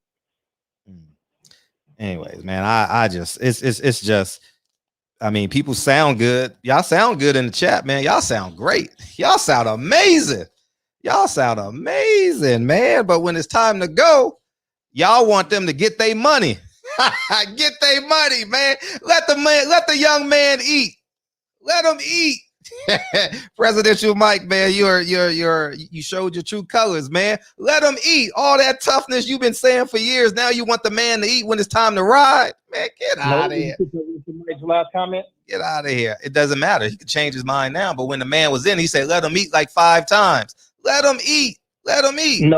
No. Read the comment. Don't have. No, I'm not. No. Feel free. You want to speak? You're his manager or his advisor? You're probably his advisor. So go ahead. Yeah, he said, I never said that he should stay quiet. I said, don't force the jacket on him, Fred. No, read all his comments. At the end of the day, you either advocating to fight or you're advocating to stay docile. Period. End of discussion. And it's cool when a non-black guy comes in here or like the enemy, like Sugar Hill comes in here. No, why are you always comparing it? You always everybody else don't compare to white people, but now you're doing because y'all act different. Y'all act different. When Mauricio Suleiman come, all guns are blazing. All guns are blazing. When Sugar Hill come in here, all guns are blazing. When Bob Arum come here, all guns are blazing. But y'all want him, but y'all want to get the money. Let him be cool, man. Let him be cool. That's hey, what's up, Corey Lee? Appreciate you, man. And that's our problem on the top level. We got 3 examples of the same crime in 18 months. And we saying, oh man, let's be cool, man. Let's not, man. And this is why. Who's saying that? Because I'm not reading that from Presidential Mike. Okay. He's saying that's not what he said. Okay. There's no sense. I'd rather let the caller. I'm done. I rather because everybody got answers, but nobody's done what I've done. Nobody's done what I've done. I've never seen you talk to. Hold on. Yeah. Hold on. No, and I'm saying that because how long you lived in LA? No, but you said you're gonna do A, B, C, D, but I've never seen you or anybody else walk up to Oscar De La Hoya. I've never seen it, but everybody say they'll do it. Everybody say they gonna do it. Everybody say they gonna do everything, but y'all don't do it. I know it. I know you're playing to the crowd, but I want to see an action. I want to see an action out of y'all. I want to see action. When it's time to ride, it's time to ride. We got clear evidence of racism. And we're saying, go fight for the damn racist organization again. That's like, go vote again. Go vote again. Oh, no, the government's not racist. No, let's just vote our way out of this system. Let's just vote. Oh man, I rest my case. I'm gonna open the phone lines, man. You staying on or you coming on? What are you gonna do, man? Then I'm gonna eat something, but I'm gonna be right here in the chat going off on you. All right, peace. All right. I want to see some toughness out of y'all. All we doing is talking in the chat. No one want to ride. We got 100% proof that boxing is racist, and we saying go fight for the WBA again. What's up, man? What's up, 817? What you got, man? Nah, Fred, I feel you on that too, man. But I'm having these issues, man, with these Pacquiao fans. There's some weirdo motherfuckers, man. Mm-hmm. I mean, have you just been reading the comments that they're making about Errol Spence? No, I don't care about it because he has a torn retina. I wouldn't even put no stock in it. Yeah, I wouldn't put no stock. You're right, and I shouldn't either. But it's just so strange that they made this, and the way they be talking about this man is the GOAT of boxing over Ali and Sugar Ray. These motherfuckers are strange, and some of their arguments they're having now, they're calling this man a coward and saying he was scared and he was getting beat up by his sparring partners, and he must have watched Pacquiao's videos of his speed, so Earl didn't want to see Pacquiao. And it's coming from all these Pacquiao fans, especially from the ones across the sea. And the shit they're saying is crazy. They act like this man has been whipping so much ass, and they always bring up Floyd's name at the end, man. It's just strange, man. And a lot of people are saying this shit. I'm like, the man's got a torn retina. It's attached. You can't fight with this attached fucking retina, bro. It's fucking crazy. Hey, but I feel you on what you're talking about with the WBA. That's crazy. Motherfuckers really should be taking a stand on that shit. Them motherfuckers be like, you know what? We should be talking to these boxers like, you know what? You should not be fighting for that belt no more. And so something changes, so you get some of these motherfuckers out of that commission. You shouldn't be fighting for that belt no more. It ain't gonna change, man. It ain't gonna change. Everybody in the chat said, throw the WBC belt. DB said it. You should be throw the WBC belt in the trash. But we should fight in the WBA when we have actual evidence. Everything has been suspicion up until this point, right? Suspicious right. behavior. Now we have hard evidence. Yeah. Hard evidence, and we don't want to fight. We got hard 100% evidence, 100% evidence that they're guilty. And we saying, no, we got to fight. We got to go in the ring and fight. That's like saying, oh, we got to go and vote. We got 100%. That's crazy talk. I know, man. That's crazy talk. I know, man. People, but they ain't gonna do shit. Ain't gonna do nothing. Ain't gonna do nothing. Ain't nobody. Y'all ain't gonna do nothing. DB's team ain't gonna do nothing. They just gonna talk and say Fred crazy. He ain't got no solutions. Yada yada yada yada yada. I know, but Fred the only one that stood up. Fred is the only media member that's willing to sacrifice everything for Carissa Shields. I don't even speak to the woman. Team DB Team DB said throw the WBC belts in the trash. Now they saying he should go get his money. So that means so that's a synonym for it. Go fight for the WBA, get your rematch for this racist organization, and they may side with you. They may pick a few of y'all. Yeah. Oh man, this is why I build my own. This is why Netflix called me today. They reached out today. They didn't call. I apologize. They reached out today. What they say? I ain't gonna tell you what they said, but they reached out today. Yeah. Man, that's good though.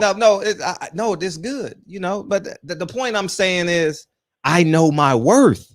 Fred is willing to fight for what he believes in. Everybody in the chat say they willing to fight. We got hard evidence that boxing is racist. You could blame Al, you could blame the promotional company. It doesn't matter who you blame. We got hard proof that the WBA is racist. And everybody, so Fred, it has to be the fighters that are going to do something. I understand. I understand that. But the point I'm making, that paper is telling them no. I'm gonna tune it. I'm getting my paper. I don't want to make a stand. Mm-hmm. They're not gonna do shit. Yeah, Fred is emotional.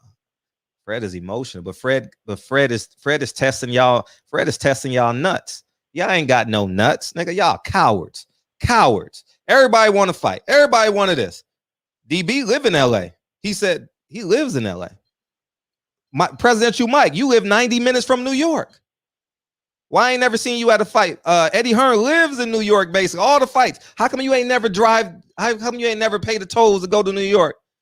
and ask Eddie Hearn those questions. You can catch him at a weigh-in. They easy to catch after the weigh-in. Nobody.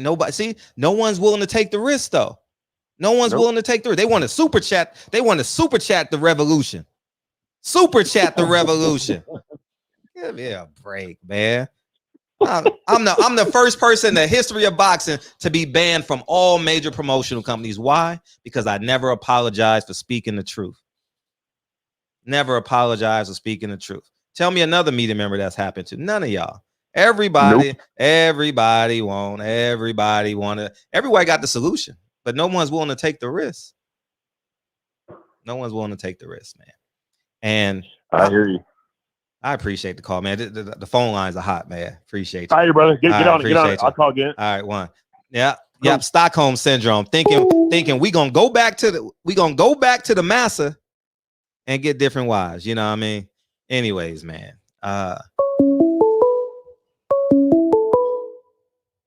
Hey, what's up? Hey, what's up, Fred? Hey, how you feel? It's pretty good, Fred. You absolutely right. But that's the history of blacks in America, man. You can lead a horse to water, but you can't make him drink, right? I mean, that is the history in America where the government plants people and they subscribe to them, and and so many things happen. But at the man, it's just we've been praying for a day like this. We've been praying for a day to prove that police officer are actually a descendants of slave patrol. It happened for 8 minutes and 46 seconds in front of our eyes. It happened. How many times have the master's been gone from the plantation and they had plenty of time to run and escape and they didn't do shit? When they came back to town, everybody was still there. Mm-hmm. Yeah. It's psychological, man. It is. Black people have been beat down so much. When we see it, we don't believe it. You understand? But I give you Oshaki. I get Fox. But sometimes people just get their ass beat. I think Wilder just got his motherfucking ass beat. And we can agree to disagree on that one. It don't matter. The gloves looked fishy, didn't they? Didn't the gloves look fishy? It looked fishy bouncing off Wilder's head. No, for real. I mean, I never asked you this question, but did Fury gloves look fishy? Suspicious? Yeah, first of all the shit you guys brought out was from the first fight, and nobody said shit about the first fight until Wilder lost the second fight. But here's what I'm saying. Here's what I'm saying though. Everything that we fought for a year in Wilder. Mm-hmm. Everything that we fought for with Wilder, we have hard proof evidence in Mr. Fox case. You do got it. You get what I'm saying? The gloves, the judges. It was an inside job. We have hard proof. Okay, Fred, you just had the nigga on your show 10 minutes ago, right? And if he don't want to stand up for himself, I agree. What the fuck can anybody else do? Right. Yeah, you're right. Right? Oh, I mean, what do they tell you in the 12-step program? You have to make the first step. Oh, shit. Right? Mm-hmm. I got to cancel. Can't nobody drag you across that line unless you want to get off that shit. It's on you, man. You could be rich. You could have 1,000 friends, but if you're not ready to get off drugs, this shit ain't gonna happen. This nigga don't want to stand up for himself, so who the fuck can help him? Nobody. But I hear your point loud and clear, but I don't know, man. Good luck. Yeah. And like you said, you got banned from all these organizations. Sure, man. You spoke the truth. How many people have integrity? How many black people in this country have integrity? I'm not going to compare myself. I'm not going to weaponize my fearlessness, but yeah, I'm not going to do that. But no, you mentioned Ali. Ali was broke. Was dead broke. Old money. Joe Frazier had to loan him money. Mm-hmm. Okay? Ali was broke off his ass while he was fighting the government. He didn't have a fucking nickel. He had to go to Canada to fight. You understand? They stripped him of his boxing license. But yet, like you said, he pieced it together. He did speaking engagements. He got in his own fucking car. Mm-hmm. I mean, you got to do what you got to do. And if motherfuckers don't want to help themselves, how can you help them? You can't. It's impossible. And all these niggas are brainwashed, man. I don't know what the fuck's wrong with Terrence Bailey. That nigga need to quit smoking Sherm and start smoking crack again. His shit is wild. But Presidential Mike and all these other dudes, they just talking money, man. But it's more than that. It's integrity. And this generation doesn't understand anything about that. But the phone lines are hot. Keep it up, bro. Cook this shit. All right? I'm out. Peace. You know, everyone appreciate you. Everyone talks about being as brave as Muhammad Ali. He was dead broke. You know, he borrowed $300,000 from Elijah Muhammad. You know what I mean? And I have it on. I have that interview from his then wife. You know, 573. What's up? What's going on, Fred? Hey, what's up? Man, it was real disheartening to hear that brother and see that brother not want to stand up and fight for himself. Prior to me seeing this interview, I was ready to do whatever it took to help this brother out. And seeing him that tame, where he just wanted to tuck his tail between his legs and just ride it out, take his robbery, it took wind out of my sail, brother. And it really hurts. And for all those guys, I saw some guys in the chat talking about, till we pay his bills, we need to stop talking down. Brother, you're going to have bills to the day you die. Even if you're rich, you got bills. They don't go away. And getting a rematch, it ain't satisfactory to me. Take that L away and give me that championship belt. That's how we make this right. Ain't no rematch, ain't no money I'm going to take that can erase what happened to that brother. Anybody that watched boxing and watched that fight and see that was a highway robbery. This brother don't even want his sanctioning fees. Now, I'm a boxing fan that's really fatigued. We had the Wilder fight get canceled, the Lopez-Kambosos fight get canceled. Yeah, that one too. Now Errol Spence and Pacquiao is canceled. That makes this Bud versus Sean Porter fight that much more important. And I can't take another reschedule or cancel. I done lost more money in the last 4 months dealing with canceled fights than I lost in my life. And that's just flat out. And I ain't going to hold the line. This your boy Flat Out TV. And Presidential Mike, you need to be impeached. You need to turn in your wrench, my brother. Facts. Right. Advocate. Appreciate you, man. And by the way, all right, the ESPN Plus went up from $4.99 to $6.99. I just got it. I got to find a way to cancel that shit. So, yeah. So, in case y'all you better get you a Fire Stick. No, but I've had it for. It was a fight that I wanted to. No, you know what it was? It was the Felipe Lopez documentary. It wasn't even boxing. It was because I would watch the documentary series and the Kobe stuff. The Kobe stuff was on the ESPN Plus app. So when I would charge the car, I watched the Felipe Lopez documentary. I would watch Kobe break down the basketball games. It wasn't even for boxing. You know what I mean? So, but I'm just letting y'all know, since I know some of y'all. Frugal Fred. Yeah. Frugal Fred. Oh, I'm about to get rid of this. $6.99. You went up. That's a 50%. That's a 40% increase from $4.99 to $6.99. Yeah. If you accept the 40%, you're gonna accept the 50% next year, right? For sure. Exactly. All right, my brother. Peace. Flat out. Peace. Yeah, peace. At the end of the day, it is supporting Bob, but I didn't get it for that. You know, I enjoyed listening to Kobe break down the games, you know. Yeah. Hey, what's up, man? Where you been?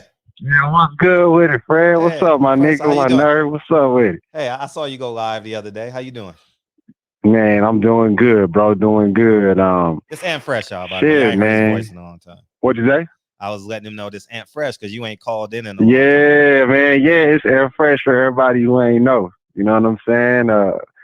Back in action with satisfaction, man. When it come down to Errol Spence, man, I feel bad for him, bro, because it really been on my spirit that, like, you know what I'm saying? This was his time to shine. This was his, breakout moment when it comes to a big, big name in this generation. And I feel like the only way that people will, you know what I'm saying, like, see something else like this is probably Terrence Crawford maybe fighting Manny or some shit like that.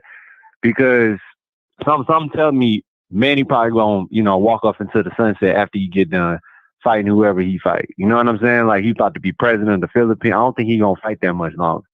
So I just wish that could have been Earl's moment. But at the same time, shit, what happened if Earl's detached retina gets healed up? Because, you know, he heals up fast. And what, in 6 months, they probably can fight it. You know what I'm saying? Try to put the fight on again. What you think? Nah, Manny Pacquiao ain't waiting for him. Manny Pacquiao is gonna move on. He gonna run for president next year. I don't think he can leave during the campaign and train here for 2 months and still run for president. You get what I'm saying? Like, that's disrespectful to your voter base. So I think that if Manny Pacquiao want to fight at 43, 44, maybe he'll be there, you know, but I genuinely can't foresee, you know what I mean? But anyways, yeah.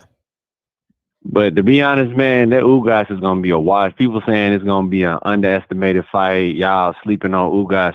I've seen Ugas fight other people. Yeah, he could put up a decent fight, but Manny's speed, agility at speed, even at his age, he just gonna walk through him, man. He gonna step side to side, throw the 4-punch combo, 3-punch combo, 2-punch combo, and then that's all you're gonna see until his face is busted up. And you know what I'm saying? That Cuban trainer gonna wave his hands and say no mas and it's over. And that's pretty much what I see happening. I'd be shocked if Ugas is gonna stick to the outside with his, you know, longer arms and jab and move and counterpunch. I'll be shocked because Ugas like to sit in the pocket and bang. Mm-hmm. You understand what I'm saying? So I'll be shocked to see him have a, you know, steady mid-range game plan of moving side to side and throwing overhand rights and getting out the way. And I just don't know. Pot shot. I can't see him pot shotting all night is basically what I'm saying. Like a Mayweather style. Right. I can't see him doing that. So if anybody know his style, he's tailor-made for Pacquiao. So if you're looking for a slaughtering and seeing Manny just, you know, look like his old self, then you're going to watch that fight. You'll order it. Mm. When it comes to Mykal Fox too, man, what's his name? The Fox dude? Yeah, Mr. Fox. Like, he really got robbed, bro. Like, that shit was, it was kind of just sad to see. Why would you rob him that bad? And ain't he an Al Heyman fighter? No, he has his own promoter. He said promoter and advisor, didn't say Al Heyman. So I wrote down the name. Marshall, Kalame. Marshall Kalame. Yeah, somewhere in there. I got to get it. Okay, because I could have swore I thought he was with Al. Maybe I'm thinking of somebody else that looks similar to him or whatever. Because he has a brother. Yeah, man. Yeah. Maybe his brother or some shit like that. But you know, this is time to, you know, on primetime TV, you know, to shine, and for him to get that taken away from him the way it did, right, by this unknown. Who the fuck is that dude that he fought? Anybody even know who the fuck he is? Like, I don't know. I ain't never seen him fight, so I just think it was fucked up. Is basically what I'm saying. And man, yeah, that's pretty much my call, man. Fred, keep doing what you're doing. Your talent when it comes to movies and cinema, you need to just dive into that more, bro. I ain't gonna lie to you. I know. That's your calling. That's your calling, man. I know. That's your calling. I know it is. And we going in production at the end of the month on film number 2. So let's get it. No, that's what it is. So yeah, that's what it is. Yeah, I appreciate y'all, man. All the time. Presidential Mike. Dude been at the same racist job for 20 years, just be talking. Y'all bosses underpaying y'all, talking, taking y'all hours. Y'all have nothing to say about Fox. There you go, deflecting. You sound like Floyd Mayweather now. I got more money than you. I'm my own boss. My kids have looked better than yours. Come on, man. That's beta male shit, man. Come on, man. That's weak. What's up, man? What's up, Fred? Hey, how you feel, man? Feeling good, man. I like this side of you, Fred. Oh, man, everybody talking. I like No Fear Fred, man. Oh man, everybody talking, not willing to risk anything. Don't you gotta risk something? Yep. Hey, nobody got your history though, Fred. No. Nobody can say what you said. Nobody drove 6 miles to confront Underwood. Yeah. Nobody pulled up on people from Golden Boy. Yeah. Had literally Oscar running away from him. Yeah. You know what I'm saying? Facts. Fred, you could you get into any fight you wanted to if you would just keep quiet and you choose not to. You know what I'm saying? Yeah. Yeah. And it's crazy, Fred. So check this out. So yesterday after we talked, remember how you were telling me you figured out how they pay them? Remember that? Yeah. Uh-huh. Well, after that, all I started saying like, oh, this dude a bootlicker. He just agreed with Fred said, this and that, right? Uh-huh. And talking about neither of us have a business degree. Mm-hmm. Okay, that's the first one. I didn't know you need a business degree. And, you know, most of the stuff's on Google now, Fred. Yeah. Crazy. YouTube. But I learned how to build a house on YouTube. Yeah. So Heyman runs his company out of a holdings company, right? Which owns a bunch of stuff like Heyman's Holdings, Heyman's Management, Heyman's Sports LLC. So if it makes these people feel any better, Fred, the person that's really providing the money for the machine that he's running is a company called Waddle and Reed, which was acquired by Macquarie Assets. And you know who those people are, Fred? These small hat guys. Man. You know what I'm saying? Does it make them feel better? And I know what the chat's blowing up. I'm not even looking at the chat right now, but it's blowing up with, oh, here we go with the races. Here we go with the races. No, I'm not being racist because Fred can attest. I told him to cancel Mikey Garcia, and I said, F that dude. I told him to cancel Golden Boy, and when he did it, I applauded that. I ain't racist, bro. I just care about fighters more so than I do about these businessmen getting rich off these fighters risking their life. So when a holdings company gives this guy $500 million for Heyman's Holdings so he can fund this whole PVC operation, you know how much in assets this holdings company manages for all these rich people, Fred? $71 billion. That's a drop in a hat for these guys. You know why they did it? Because they just need to turn a small percentage of profit so they can make the money on the back end for the management of that holding. So for the assets. And these people, they claim to care about the fighter, but do they really care about the fighter or they care about the businessman? Which one is it, Fred? Like, we need to choose at this point. They care more about Al Heyman than they do about Deontay Wilder, than they do about Mr. Fox, and then they do about Mr. Foster. Because now we have hard evidence. We don't have speculatory information. We don't have speculatory I don't know the term I'm looking for, but we have hard evidence. The man walked into the ring without a signature on his wraps, and his glove was pushed into the knuckle, which is illegal. And then we have the scorecards, and then we realize that the judge is racist. How many times have we said the WBC is racist? But we don't have evidence of it being, we don't have evidence of them being racist. We don't have evidence. We don't have evidence of them being racist. None.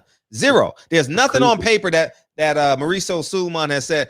And as a matter of fact, it's rather the opposite, because when the heavyweight champion Chris Bird was down on his luck, he stepped in. So, and I give Mauricio Sulaiman 1,000% credit for that. And they're about to go crazy for you. Yeah, so man, just tell the truth, man. Mauricio Sulaiman is, and the reason why Mauricio Sulaiman ain't came in this month, because I'm pushing the film. You know what I mean? So the guest is going to pick up in September. You know, Mr. Fox was a special. I thought he was important. We had a lot of questions, and I think it's important that the size of this platform, that he has the opportunity to share his truth. But at the end of the day, what's more important to everybody in the chat? Is it the success of Al Heyman, or is it Deontay Wilder, Mr. Foster, or Mr. Fox? Because now we got the evidence that supports O'Shaquie Foster's claims and that supports Deontay Wilder's claim. You know why that's true? Blue Blood did several videos comparing and analyzing the facts, the hard facts, as it pertains to both those cases. No, you're right. Blue Blood did a great job. Fred, yes, go ahead. It's crazy, man. It's crazy. Let me give you two more snippets that I found out just by Googling, Fred. This is all Google, public knowledge. Y'all can, if I'm lying, y'all can call me out. But Heyman makes about 15% of management fee, right? So all these guys are like, yeah. All these other managers charge 33%. Yeah, you're right. But there is a little twist to that, because he also owns the right to PBC, which means that every time it airs, he has that trademark, Fred, under one of his holdings companies. You know what I'm saying? One of the companies that holding company has is actually the owner of PBC, exactly. So he makes money off of that on top of it. It's not like the fighter's getting paid off of that.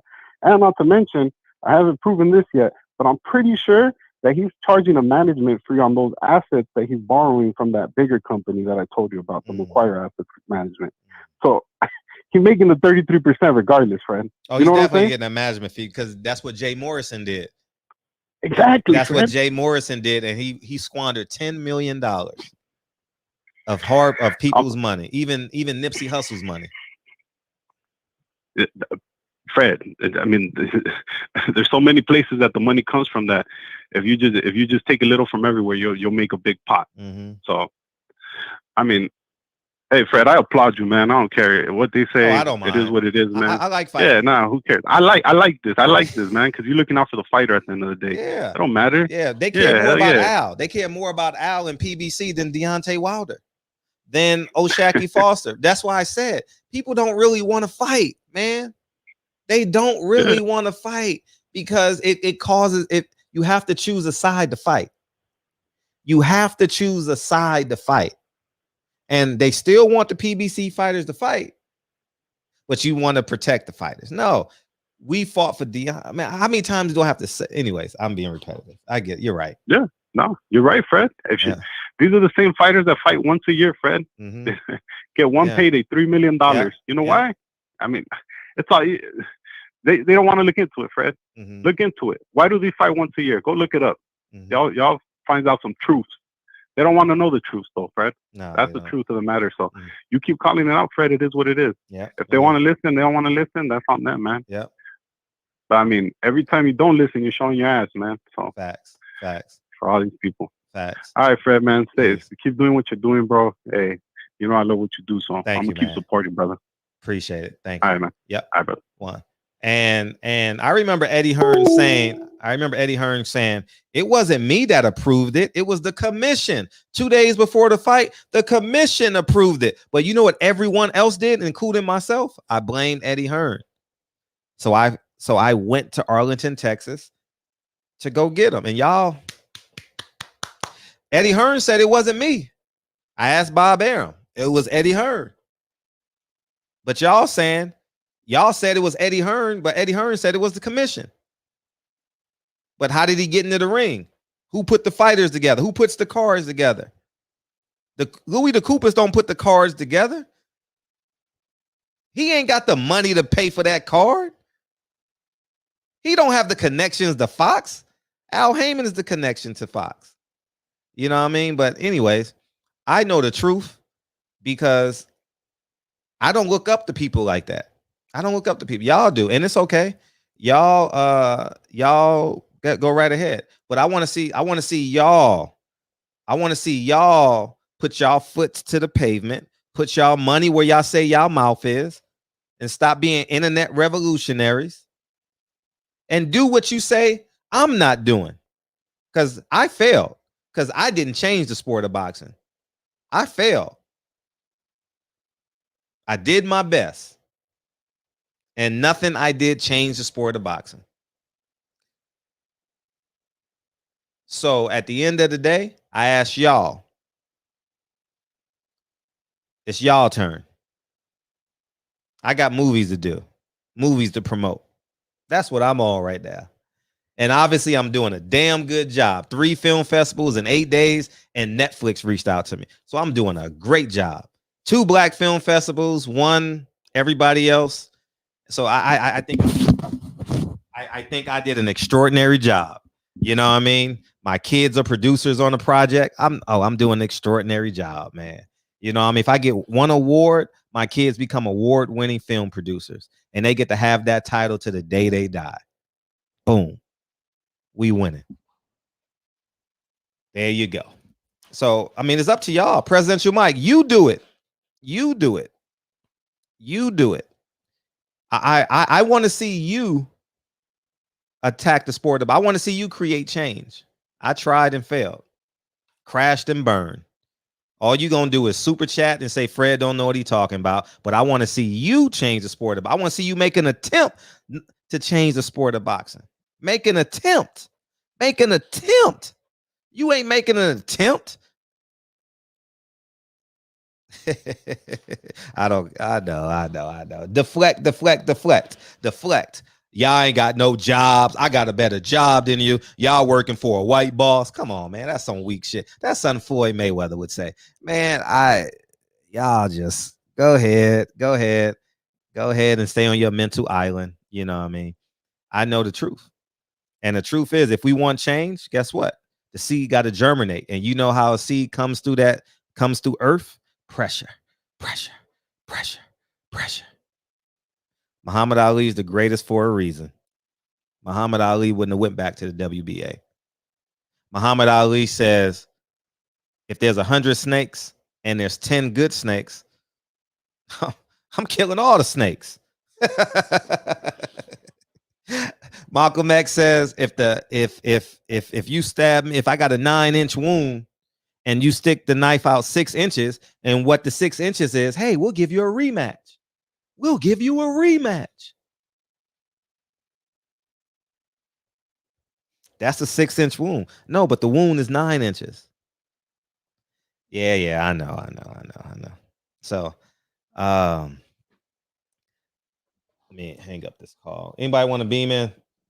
I'm sorry. I apologize. I ain't put the beam in. I want to see action, man. I really just want to see action. I'm gonna keep it a buck. I know we say a lot in the chat. Now I'm from St. Louis, y'all. Y'all got to show me, man.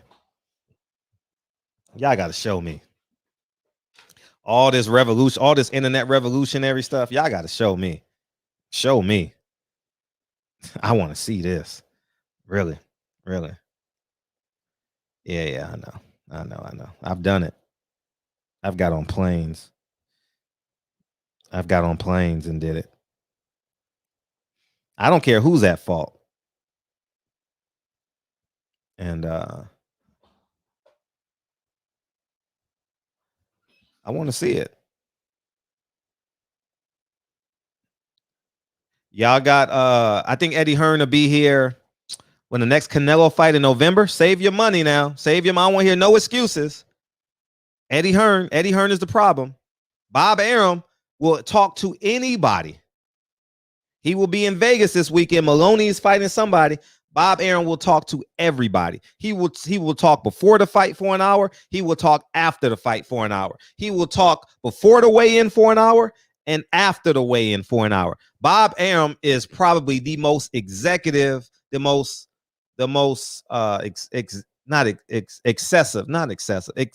what word am I trying to say? Accessible, successful man in boxing. Eddie Hearn is trying to become that. But Bob Arum is accessible to the 10th power. The 10th power. When I say fight week, you can talk to Bob Arum.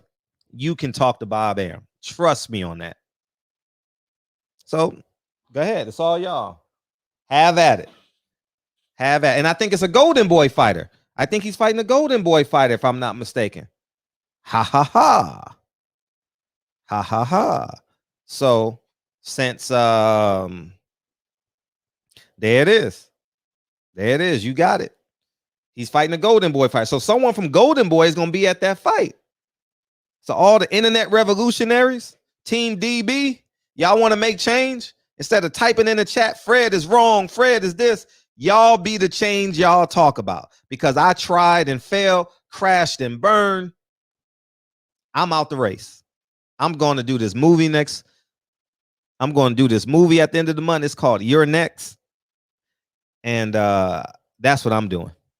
And that's what I'm working on. So Bob Arum and a person from Golden Boy will be at this fight. And if you went to the Devin Haney fight, guess what? Linares is a Golden Boy fighter. Guess who was there? Oscar De La Hoya. Y'all got chances. Y'all got time. Manny Pacquiao's fighting.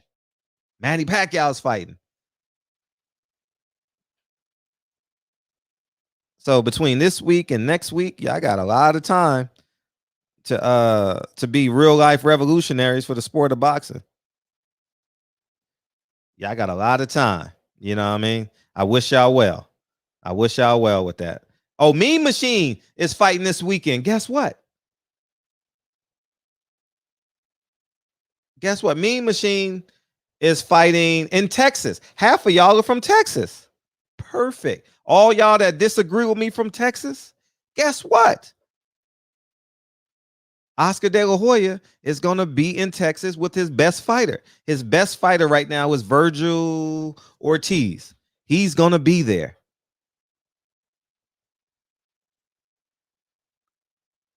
DB, it's a 2.5 hour flight. Hop on a plane. It's a 3.5 hour flight from anywhere on the East Coast to get to Texas. Non-stop. They got 2 airports. You can find a non-stop flight there from anywhere in the world, from anywhere in America. Have at it. I wish you well. Wish you well, buddy. It's 11 o'clock already. I wish you well.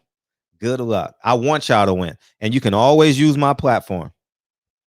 If you do an interview, because I mean, we got to change the sport of boxing, because it's Bob Arum's fault, Eddie Hearn's fault, and Oscar De La Hoya's fault. You know what I mean? So we're gonna do it that way. So I wish you well. I wish you well. I just want to see evidence. I gave y'all the schedule. Now, I gave y'all the schedule. Now, y'all have no excuse not to make it happen. Y'all can put y'all monies together and pick a spokesperson to go for y'all. I know y'all can do that. Because right now we got hard evidence to say that boxing is racist. The man walked into the ring with illegal gloves, dog. Everybody here, when Deontay Wilder come on, you know what y'all gonna say? Yeah, Fury cheated. Those gloves were illegal. Fury never was caught. Fury never was caught. Guess what? This guy right here, I'll forget his name. He was caught. He was caught red-handed in the ring, just like Tyson Fury against Christian Hammer, caught red-handed. Now we got the evidence. What we gonna do with the evidence? What we gonna do with the evidence? Yell and scream like everyone worldwide and put your fists in the air? Black Lives Matter. You know, Reggie Owens told y'all to vote. What voting got you? Now it's mandated, right, in New York. And guess what? It's coming to Los Angeles next. And then it's going to Texas.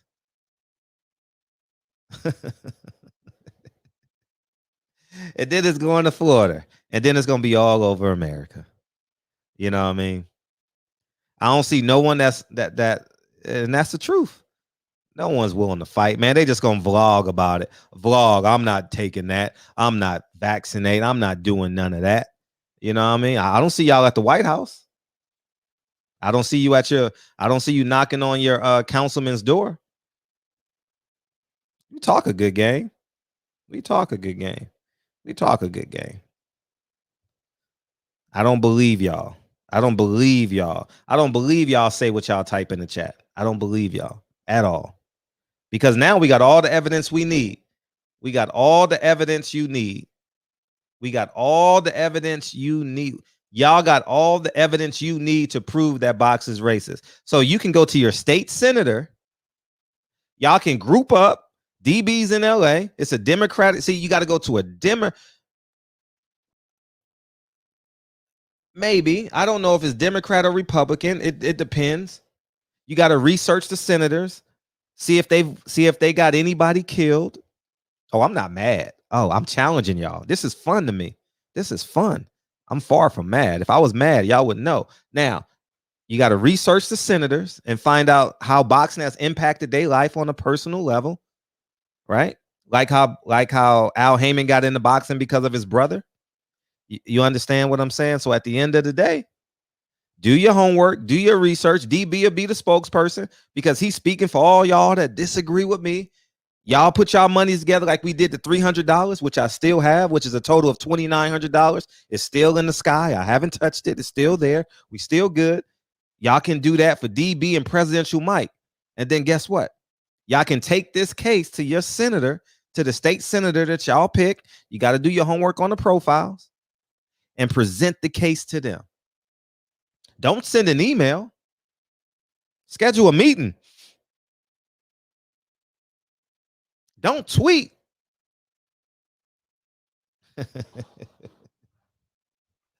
Oh man. I want and my platform is open to y'all. I'm not the guy that wants y'all to fail. I want y'all to win. I want boxing change forever. But y'all rather the men in suits win than no Shaqy Foster, Deontay Wilder, and Mr. Fox. So, I mean, you had McCain, but he passed off. God bless his soul. He passed away. So you can't. It would have been easy to go to Arizona, you know, and schedule a meeting with him. Probably would have been a Skype meeting, but at least you scheduled a meeting, and now they're accountable. So, I wish you well. I wish you well.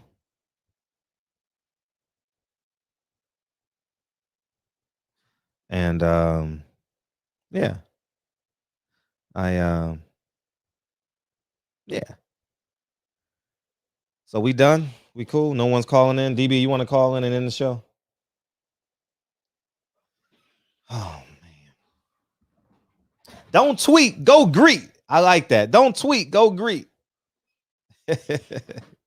I mean, I don't mind passing the baton. I've gone as far as I can go. I'm what you call a casual boxing fan at this point. I can't see myself paying to go to a fight again. I mean, I'm probably going to go. I want to take my son to a few fights as he get older, and Kennedy, you know. But you know what I mean?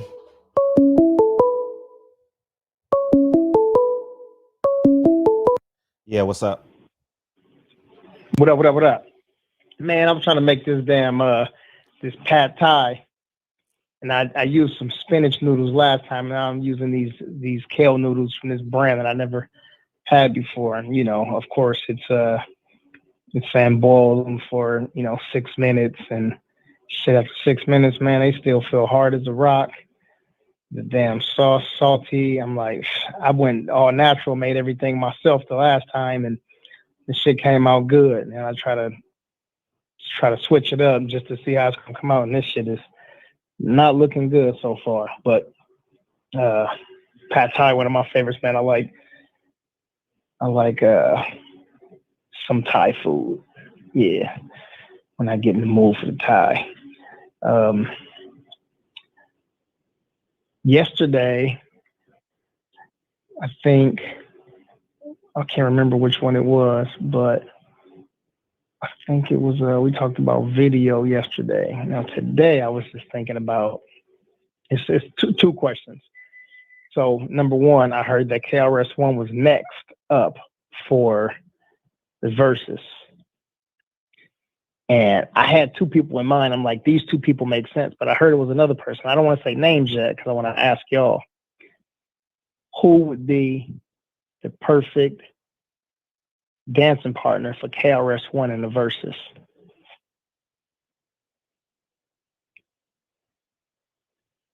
Coogee Rap. I didn't think about Cool G Rap. That might work. I didn't think about Cool G Rap. Hold on. All right. And what say you, chat? Yeah, brother Cotan, that's right on point with what I was thinking. Okay. So they said, somewhere I heard that it was LL Cool J should be the dancing partner for him. And I didn't think about LL, but after hearing his name, I'm like, that actually wouldn't be bad, because LL got a lot of songs that are very different from KRS-One. You know what I'm saying? His is like hardcore hip hop storytelling, and LL's are a softer tone. Don't get me wrong, he's got some songs that go hard, but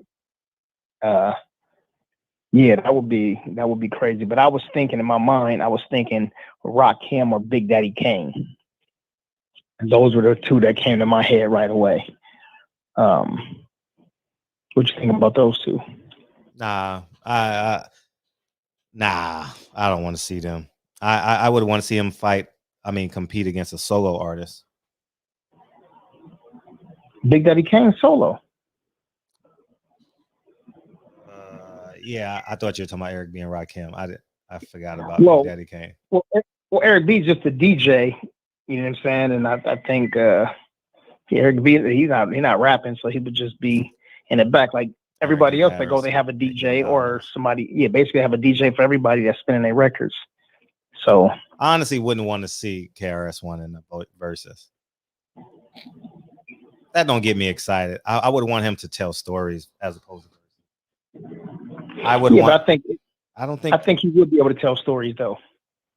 Yeah, I get that with the songs itself and the person he's actually talking to. Sure, I get that. Yeah, and I think that Jadakiss the Locks kind of changed the structure a bit because they were only supposed to play like a minute and a half or 2 minutes of a song or whatever, or like one verse or whatever, and they went and did entire songs like a few times.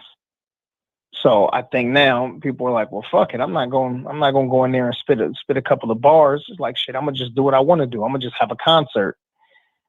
So Hustler Slam, that's a good one right there. And Denzel followed you with the same thing. Slick Rick. Damn. I think that's a more even matchup. I think Slick Rick and KRS-One would be good. And I like to see Big Daddy Kane maybe against Rakim if they did that. Yeah, Slick Rick. That's good. I like that. Let's see, what else? This sprouts after it's all beautiful. Philip Black King said onions and sprouts after it's all fried. Well, nothing fried though. It's just everything's boiled on the grill. Philip. Yeah. Lynn Ray, appreciate you. Fred, once again, the people who eyes are thankful for you using your celebrity for change. I don't know if I ain't got no celebrity, but I got a little bit of influence, but no celebrity. I thank you though. I know what you mean. Thank you. Yeah. World One says Slick Rick does not have enough songs in his catalog. Yeah, well, he's got enough songs in his catalog. You mean he doesn't have as many songs as KRS-One?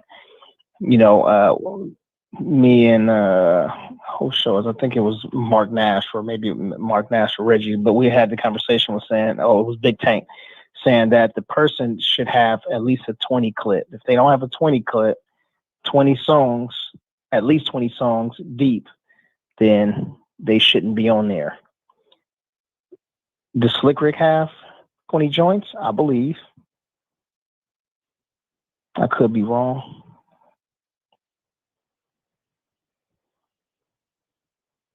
You tweeting, bro? No. I'm sending out. I'm fulfilling orders. I don't know if he has 20 songs. I mean, I don't think so. Slick Rick, nah.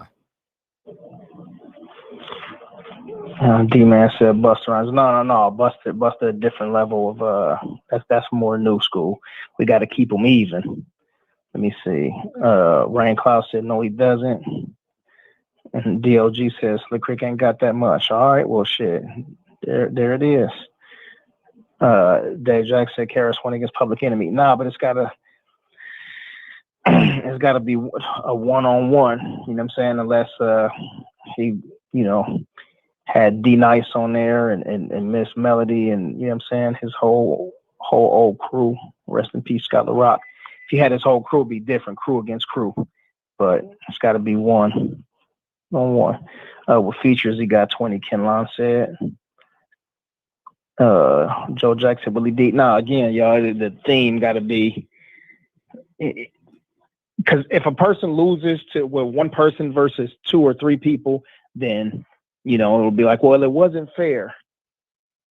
All right. Nobody will say anything if they win, but if they lose, then it's like it wasn't fair. So it's got to be one MC versus one MC. Shit, Fred don't want to rap. I don't even know how to rap. Yeah. I know how to fight for inequality though. We could do a versus on that. Mr. Blue said Rakim, Asia Master, Ice-T. Sorry. Go ahead. And if the rematch don't happen, that man will be a fool to take their rematch. I don't think the rematch gonna happen. And if the rematch don't happen, what we gonna say?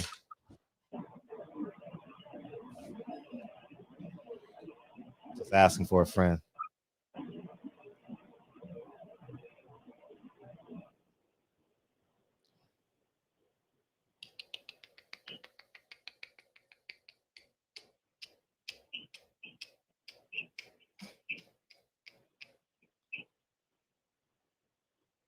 Oh man, no, I'm not stressed out. You would know. I gladly admit when I'm stressed out. I'm challenging y'all. Don't deflect. I'm challenging y'all. I'm challenging y'all to be the change y'all speak of. That's all. Accept the challenge. Or super chat warriors. That's what we are. Super chat comment warriors. People say get your money, then get your money first, and then stand up against the machine. Get your money first.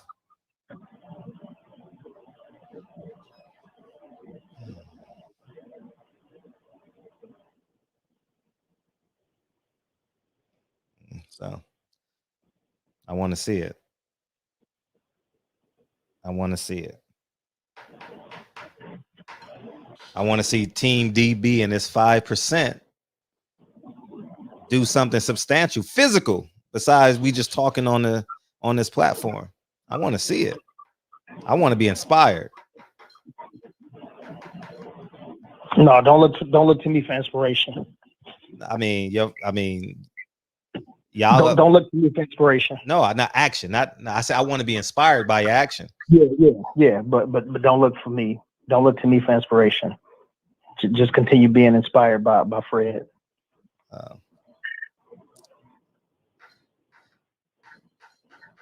want to see the change, man. I want to see, because I don't have the answers, man. I didn't mean to cut you off, Brody, but it's about 4 dudes in here talking about silent. Like me and Fred already had this conversation an hour ago.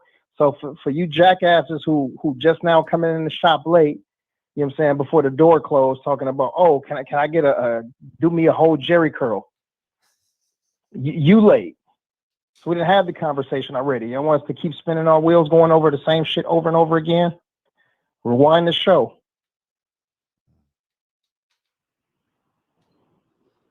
So, I'll go ahead. Yeah. Anyways, man. Yeah. Ain't any other songs, but I can't wait though. I can't wait for you and Presidential Mike. I don't know who else, but Team 5%. We need a game plan. You got the evidence. Got the evidence.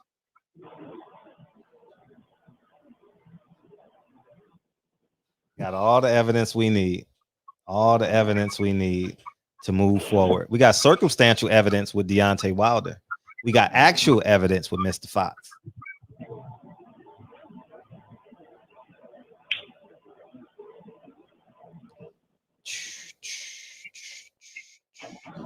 I said I don't have the answers, Mike. I failed. I'm admitting I don't have the answers. Wait a minute, one sec. Can Fox press charges? I mean, you can do whatever you want. Yeah. You can file a lawsuit. You can do whatever you want legally. Yeah, you can.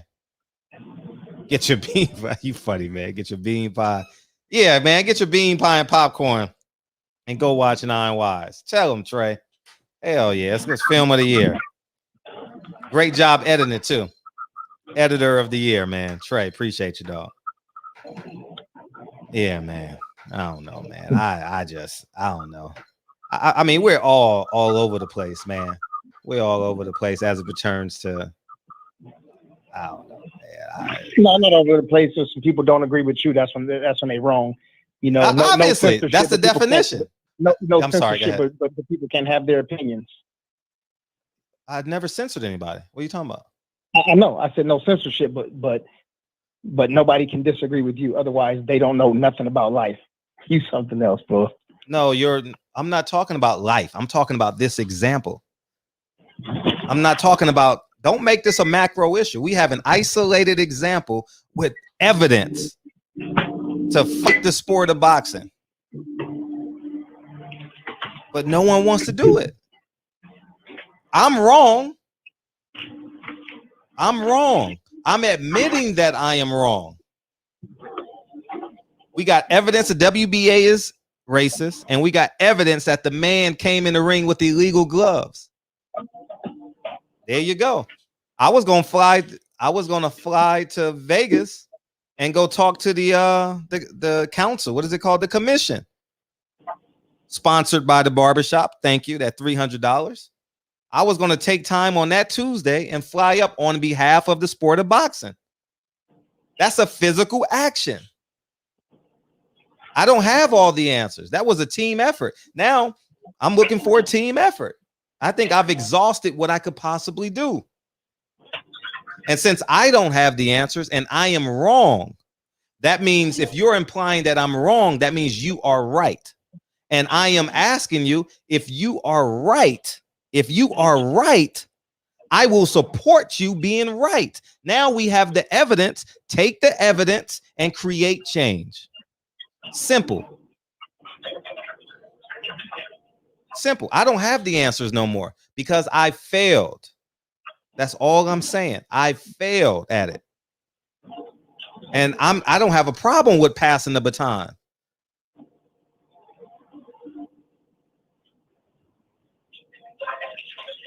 So to answer your question, you are right. I am wrong because I didn't impact change. Black fighters are still getting treated like shit. But you know what we gonna say when the WBC supports Canelo? Fuck the WBC.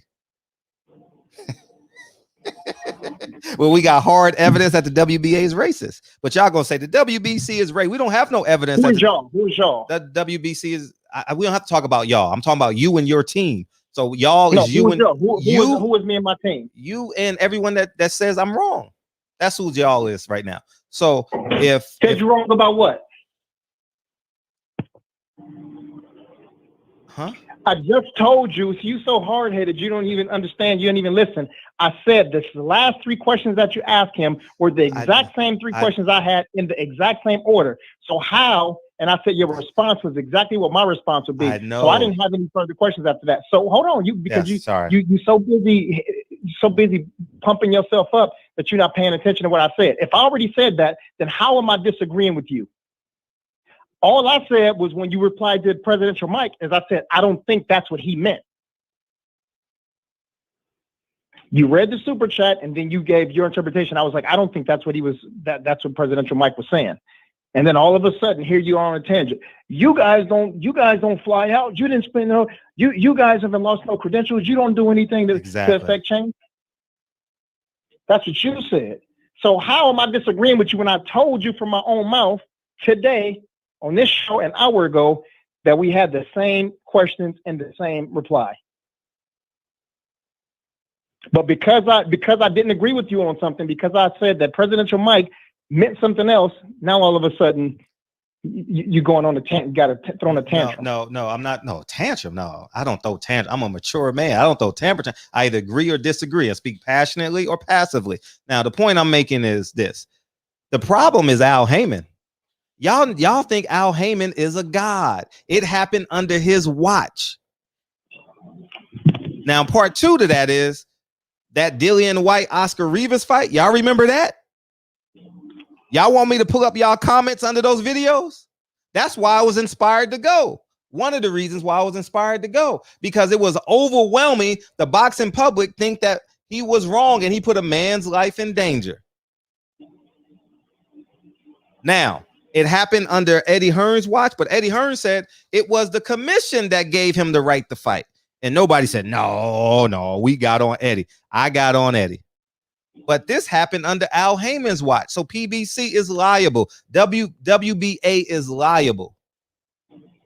But we don't want to go after. We don't want to hit a home run. We want to stand on first and be like, man, I can steal second, I can steal third, and I can steal home. What's the likelihood of that happening? You know what I mean? So at the end of the day, we don't really want to fight. Fred is crazy and delusional and wrong and hates Al Heyman because it is a proven fact on his card that a man walked into the ring with illegal gloves, and 2, the WBA had a racist judge, and they scored the fight racial. It was a predetermined fight on the cards.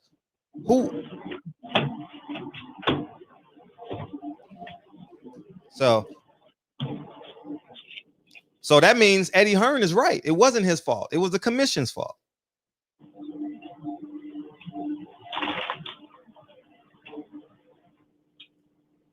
I apologize, Eddie Hearn. It was the commission's fault. The nerve of me to think that it was on your watch, it was on your card. The nerve of me. I apologize, Eddie. I stand corrected. I was wrong, Eddie. I was wrong. It was the commission. I forget what it was called, but some acronym.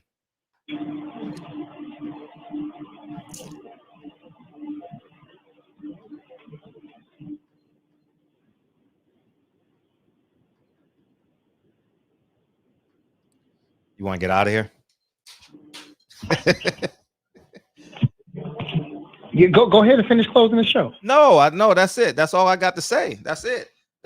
If it happens on Eddie Hearn's card, we blame Eddie Hearn. If it happened on Al Heyman's card, it's not his fault. I don't see what the difference is. Eddie Hearn blamed the commission.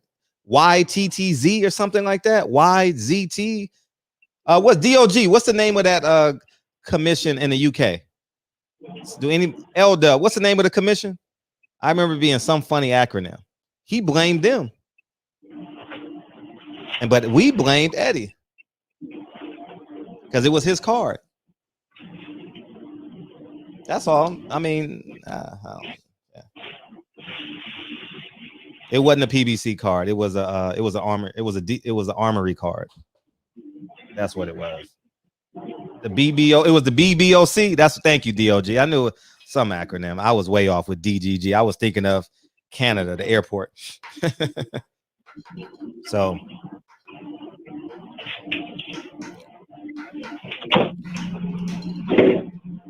yeah. Oh yeah, I'm ready. Get out of here. All right. Well, yeah, go on and play the song. Oh, you don't want to give him? You don't want to? Yeah. You gonna let me though? I've never stopped you from doing anything you want to do on the show. Yeah. Can I get through at least 5 names before you jump back in, or you got anything more you want to add? I'm pretty consistent at jumping in when you're saying names, though. But you've never started it though. But don't deflect the challenge though. I remember you blaming Eddie Hearn for that. Don't deflect the challenge now for Oscar Rivas and Dillian White. I remember you. So I'm just saying. That's all I'm saying. Yeah, I do. Do you? I blamed him for that? No, I just say fuck Eddie Hearn. It ain't got nothing to do with Dillian White. Just say fuck Eddie Hearn. I know. But it was Eddie Hearn's fault that Dillian White got into the ring against Oscar Rivas. Black Line, your daddy shook. I'm very emotional. I can be emotional when it's in my favor. When I'm passionate about something, it's a plus. When it's not a plus, I use it as a liability. How about that? You want me to lie? Or you want me to tell the truth?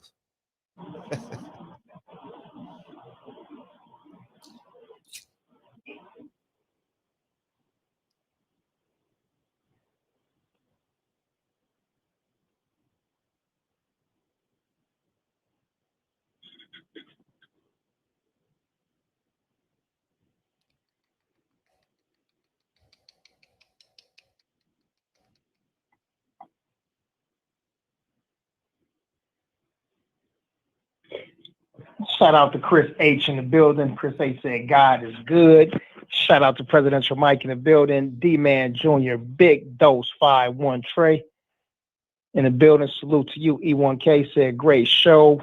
My cousin D-Man Jr., Brother Cotan done slid in. Asia Math, Jarvis Johnson, King JJ done slid into the building too. Ryan Jackson in the building. Mr. Tennessee himself, Hustler Slim in the building. Darren Davis, he said DB in his feelings. Yeah. I stay in my feelings. Yeah. So is your girl. Your girl's in my feelings. Yova in the building. Salute YV in the building. Robert Brown too. Robert Brown said he had his credentials taken. DOGG 215 in the building. Let's see, we got E1K already. I saw G Brown in here a little while ago. Dutch Schultz, salute to you. Denzel Horton. And we got Brother Cotan, Boss Red, Trey 57. Yeah, man. And let me scroll to the bottom to make sure we got everybody. Yeah, S. Riddle 45 says salute to the barbershop. Fred DB barbershop show. And Victor Banuelo said, Earl, you'll be back, champ. Yes, he will. Mr. Blue, he said, great show, fellas. All right, man. Let's see. Money in the Ghetto back in the building with us too. Go ahead. Kyle, did you want me on your show? Because you fell asleep last night, dog. Because we getting out here early. Kyle, do you want me on your show? DM me if you want me on your show. You probably sleep right now. You probably not listening. But if you are, let me know, man. Because I'm about to go grab these pistachios and this orange juice and make it a night. That's what I'm about to do. Oh, wait, hang tight. Yeah, I forgot. This is the other channel. D-Man just reminded me right now. Oh, yeah. Yeah, hold on. Let me slide over there real quick. Damn. There we go. All right. Let me see. Oak Park Boxing. In here, let me see. Eli Zachary talks everything. Salute to Sir Eli.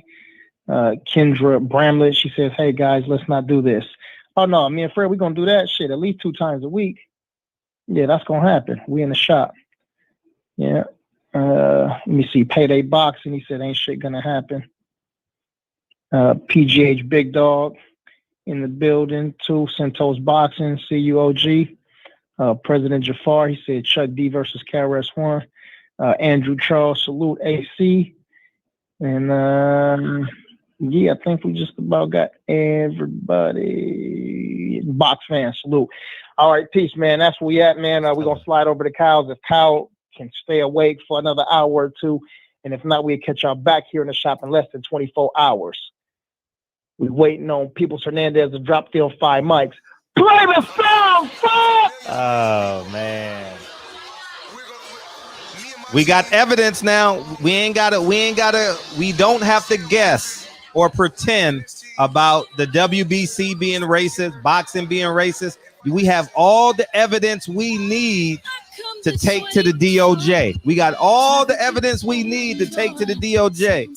We got all the evidence we need to put pressure on these fighters.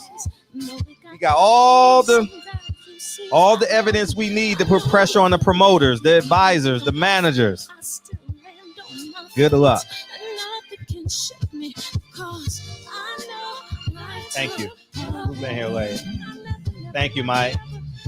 Fred, please repost Presidential Mike's rent. Please repost President Mike, but Fear Wrench is only. Wait a minute. But Fear Wrench is only thing he has. Fred, please repost. That means take Presidential Mike's wrench, but Fear Wrench is the only wrench he has. Take it personal, cause the devil is a lie. Hey, I'm telling you the truth. Hey, it's only what you do. Hey, some things you gotta do. Hey. We had all the evidence with George Floyd. We had 8 minutes and 46 seconds of George Floyd. We had 8 minutes and 46 seconds last year. Over 80 million protesters worldwide. No laws changed. Nothing changed. And we're back to square one. The same thing is going to happen in boxing from Saturday night. We got all the evidence we need to turn boxing upside down. We got all the evidence we need. What we gonna do with it? It's no reason to speculate now. There's no reason to say I would do this if I would do that. You got all the evidence, y'all. All the evidence is right in front of your face. Person will say, what we gonna do? Greatest, yeah. Bobbing and weaving and changing up like a season, indigenous to the grind, so I do it for all my people. Man. Yeah, I put it on both channels today because I didn't want to reload the Mykal Fox interview. I know people will want to see it, so I was like, man, I'm gonna do it. But I think I need. As soon as I see, because I was on the other one. Yeah, I think. Yeah, but it would increase our. I'm gonna try it when we have guests. I'm gonna do because I don't want to re-upload it. It saves a lot of time when the show is over. When we have guests, I'll put it on both channels at the same time. Just make it easier. Have some work posts. Repossess. I told you I can't read after 10. Repossess. Oh, man. Or Fred in his reading. Oh, repost. It was no S at the end, or else I would have got it. Hey. Thank you, peoples, man. DB, we looking forward to change, man. Be the change. Be the change. You got the evidence. Don't when Mauricio Sulaiman come in here, don't call him racist, Reggie Owens. Don't be no internet thug, no internet bully when you got all the evidence you need from the WBA to create change in the sport of boxing. I'm gone, man. Love you, man. All right, Mr. Blue, we're going to see what we can do, man. Peace, Brody. Love you. All right, peace, King.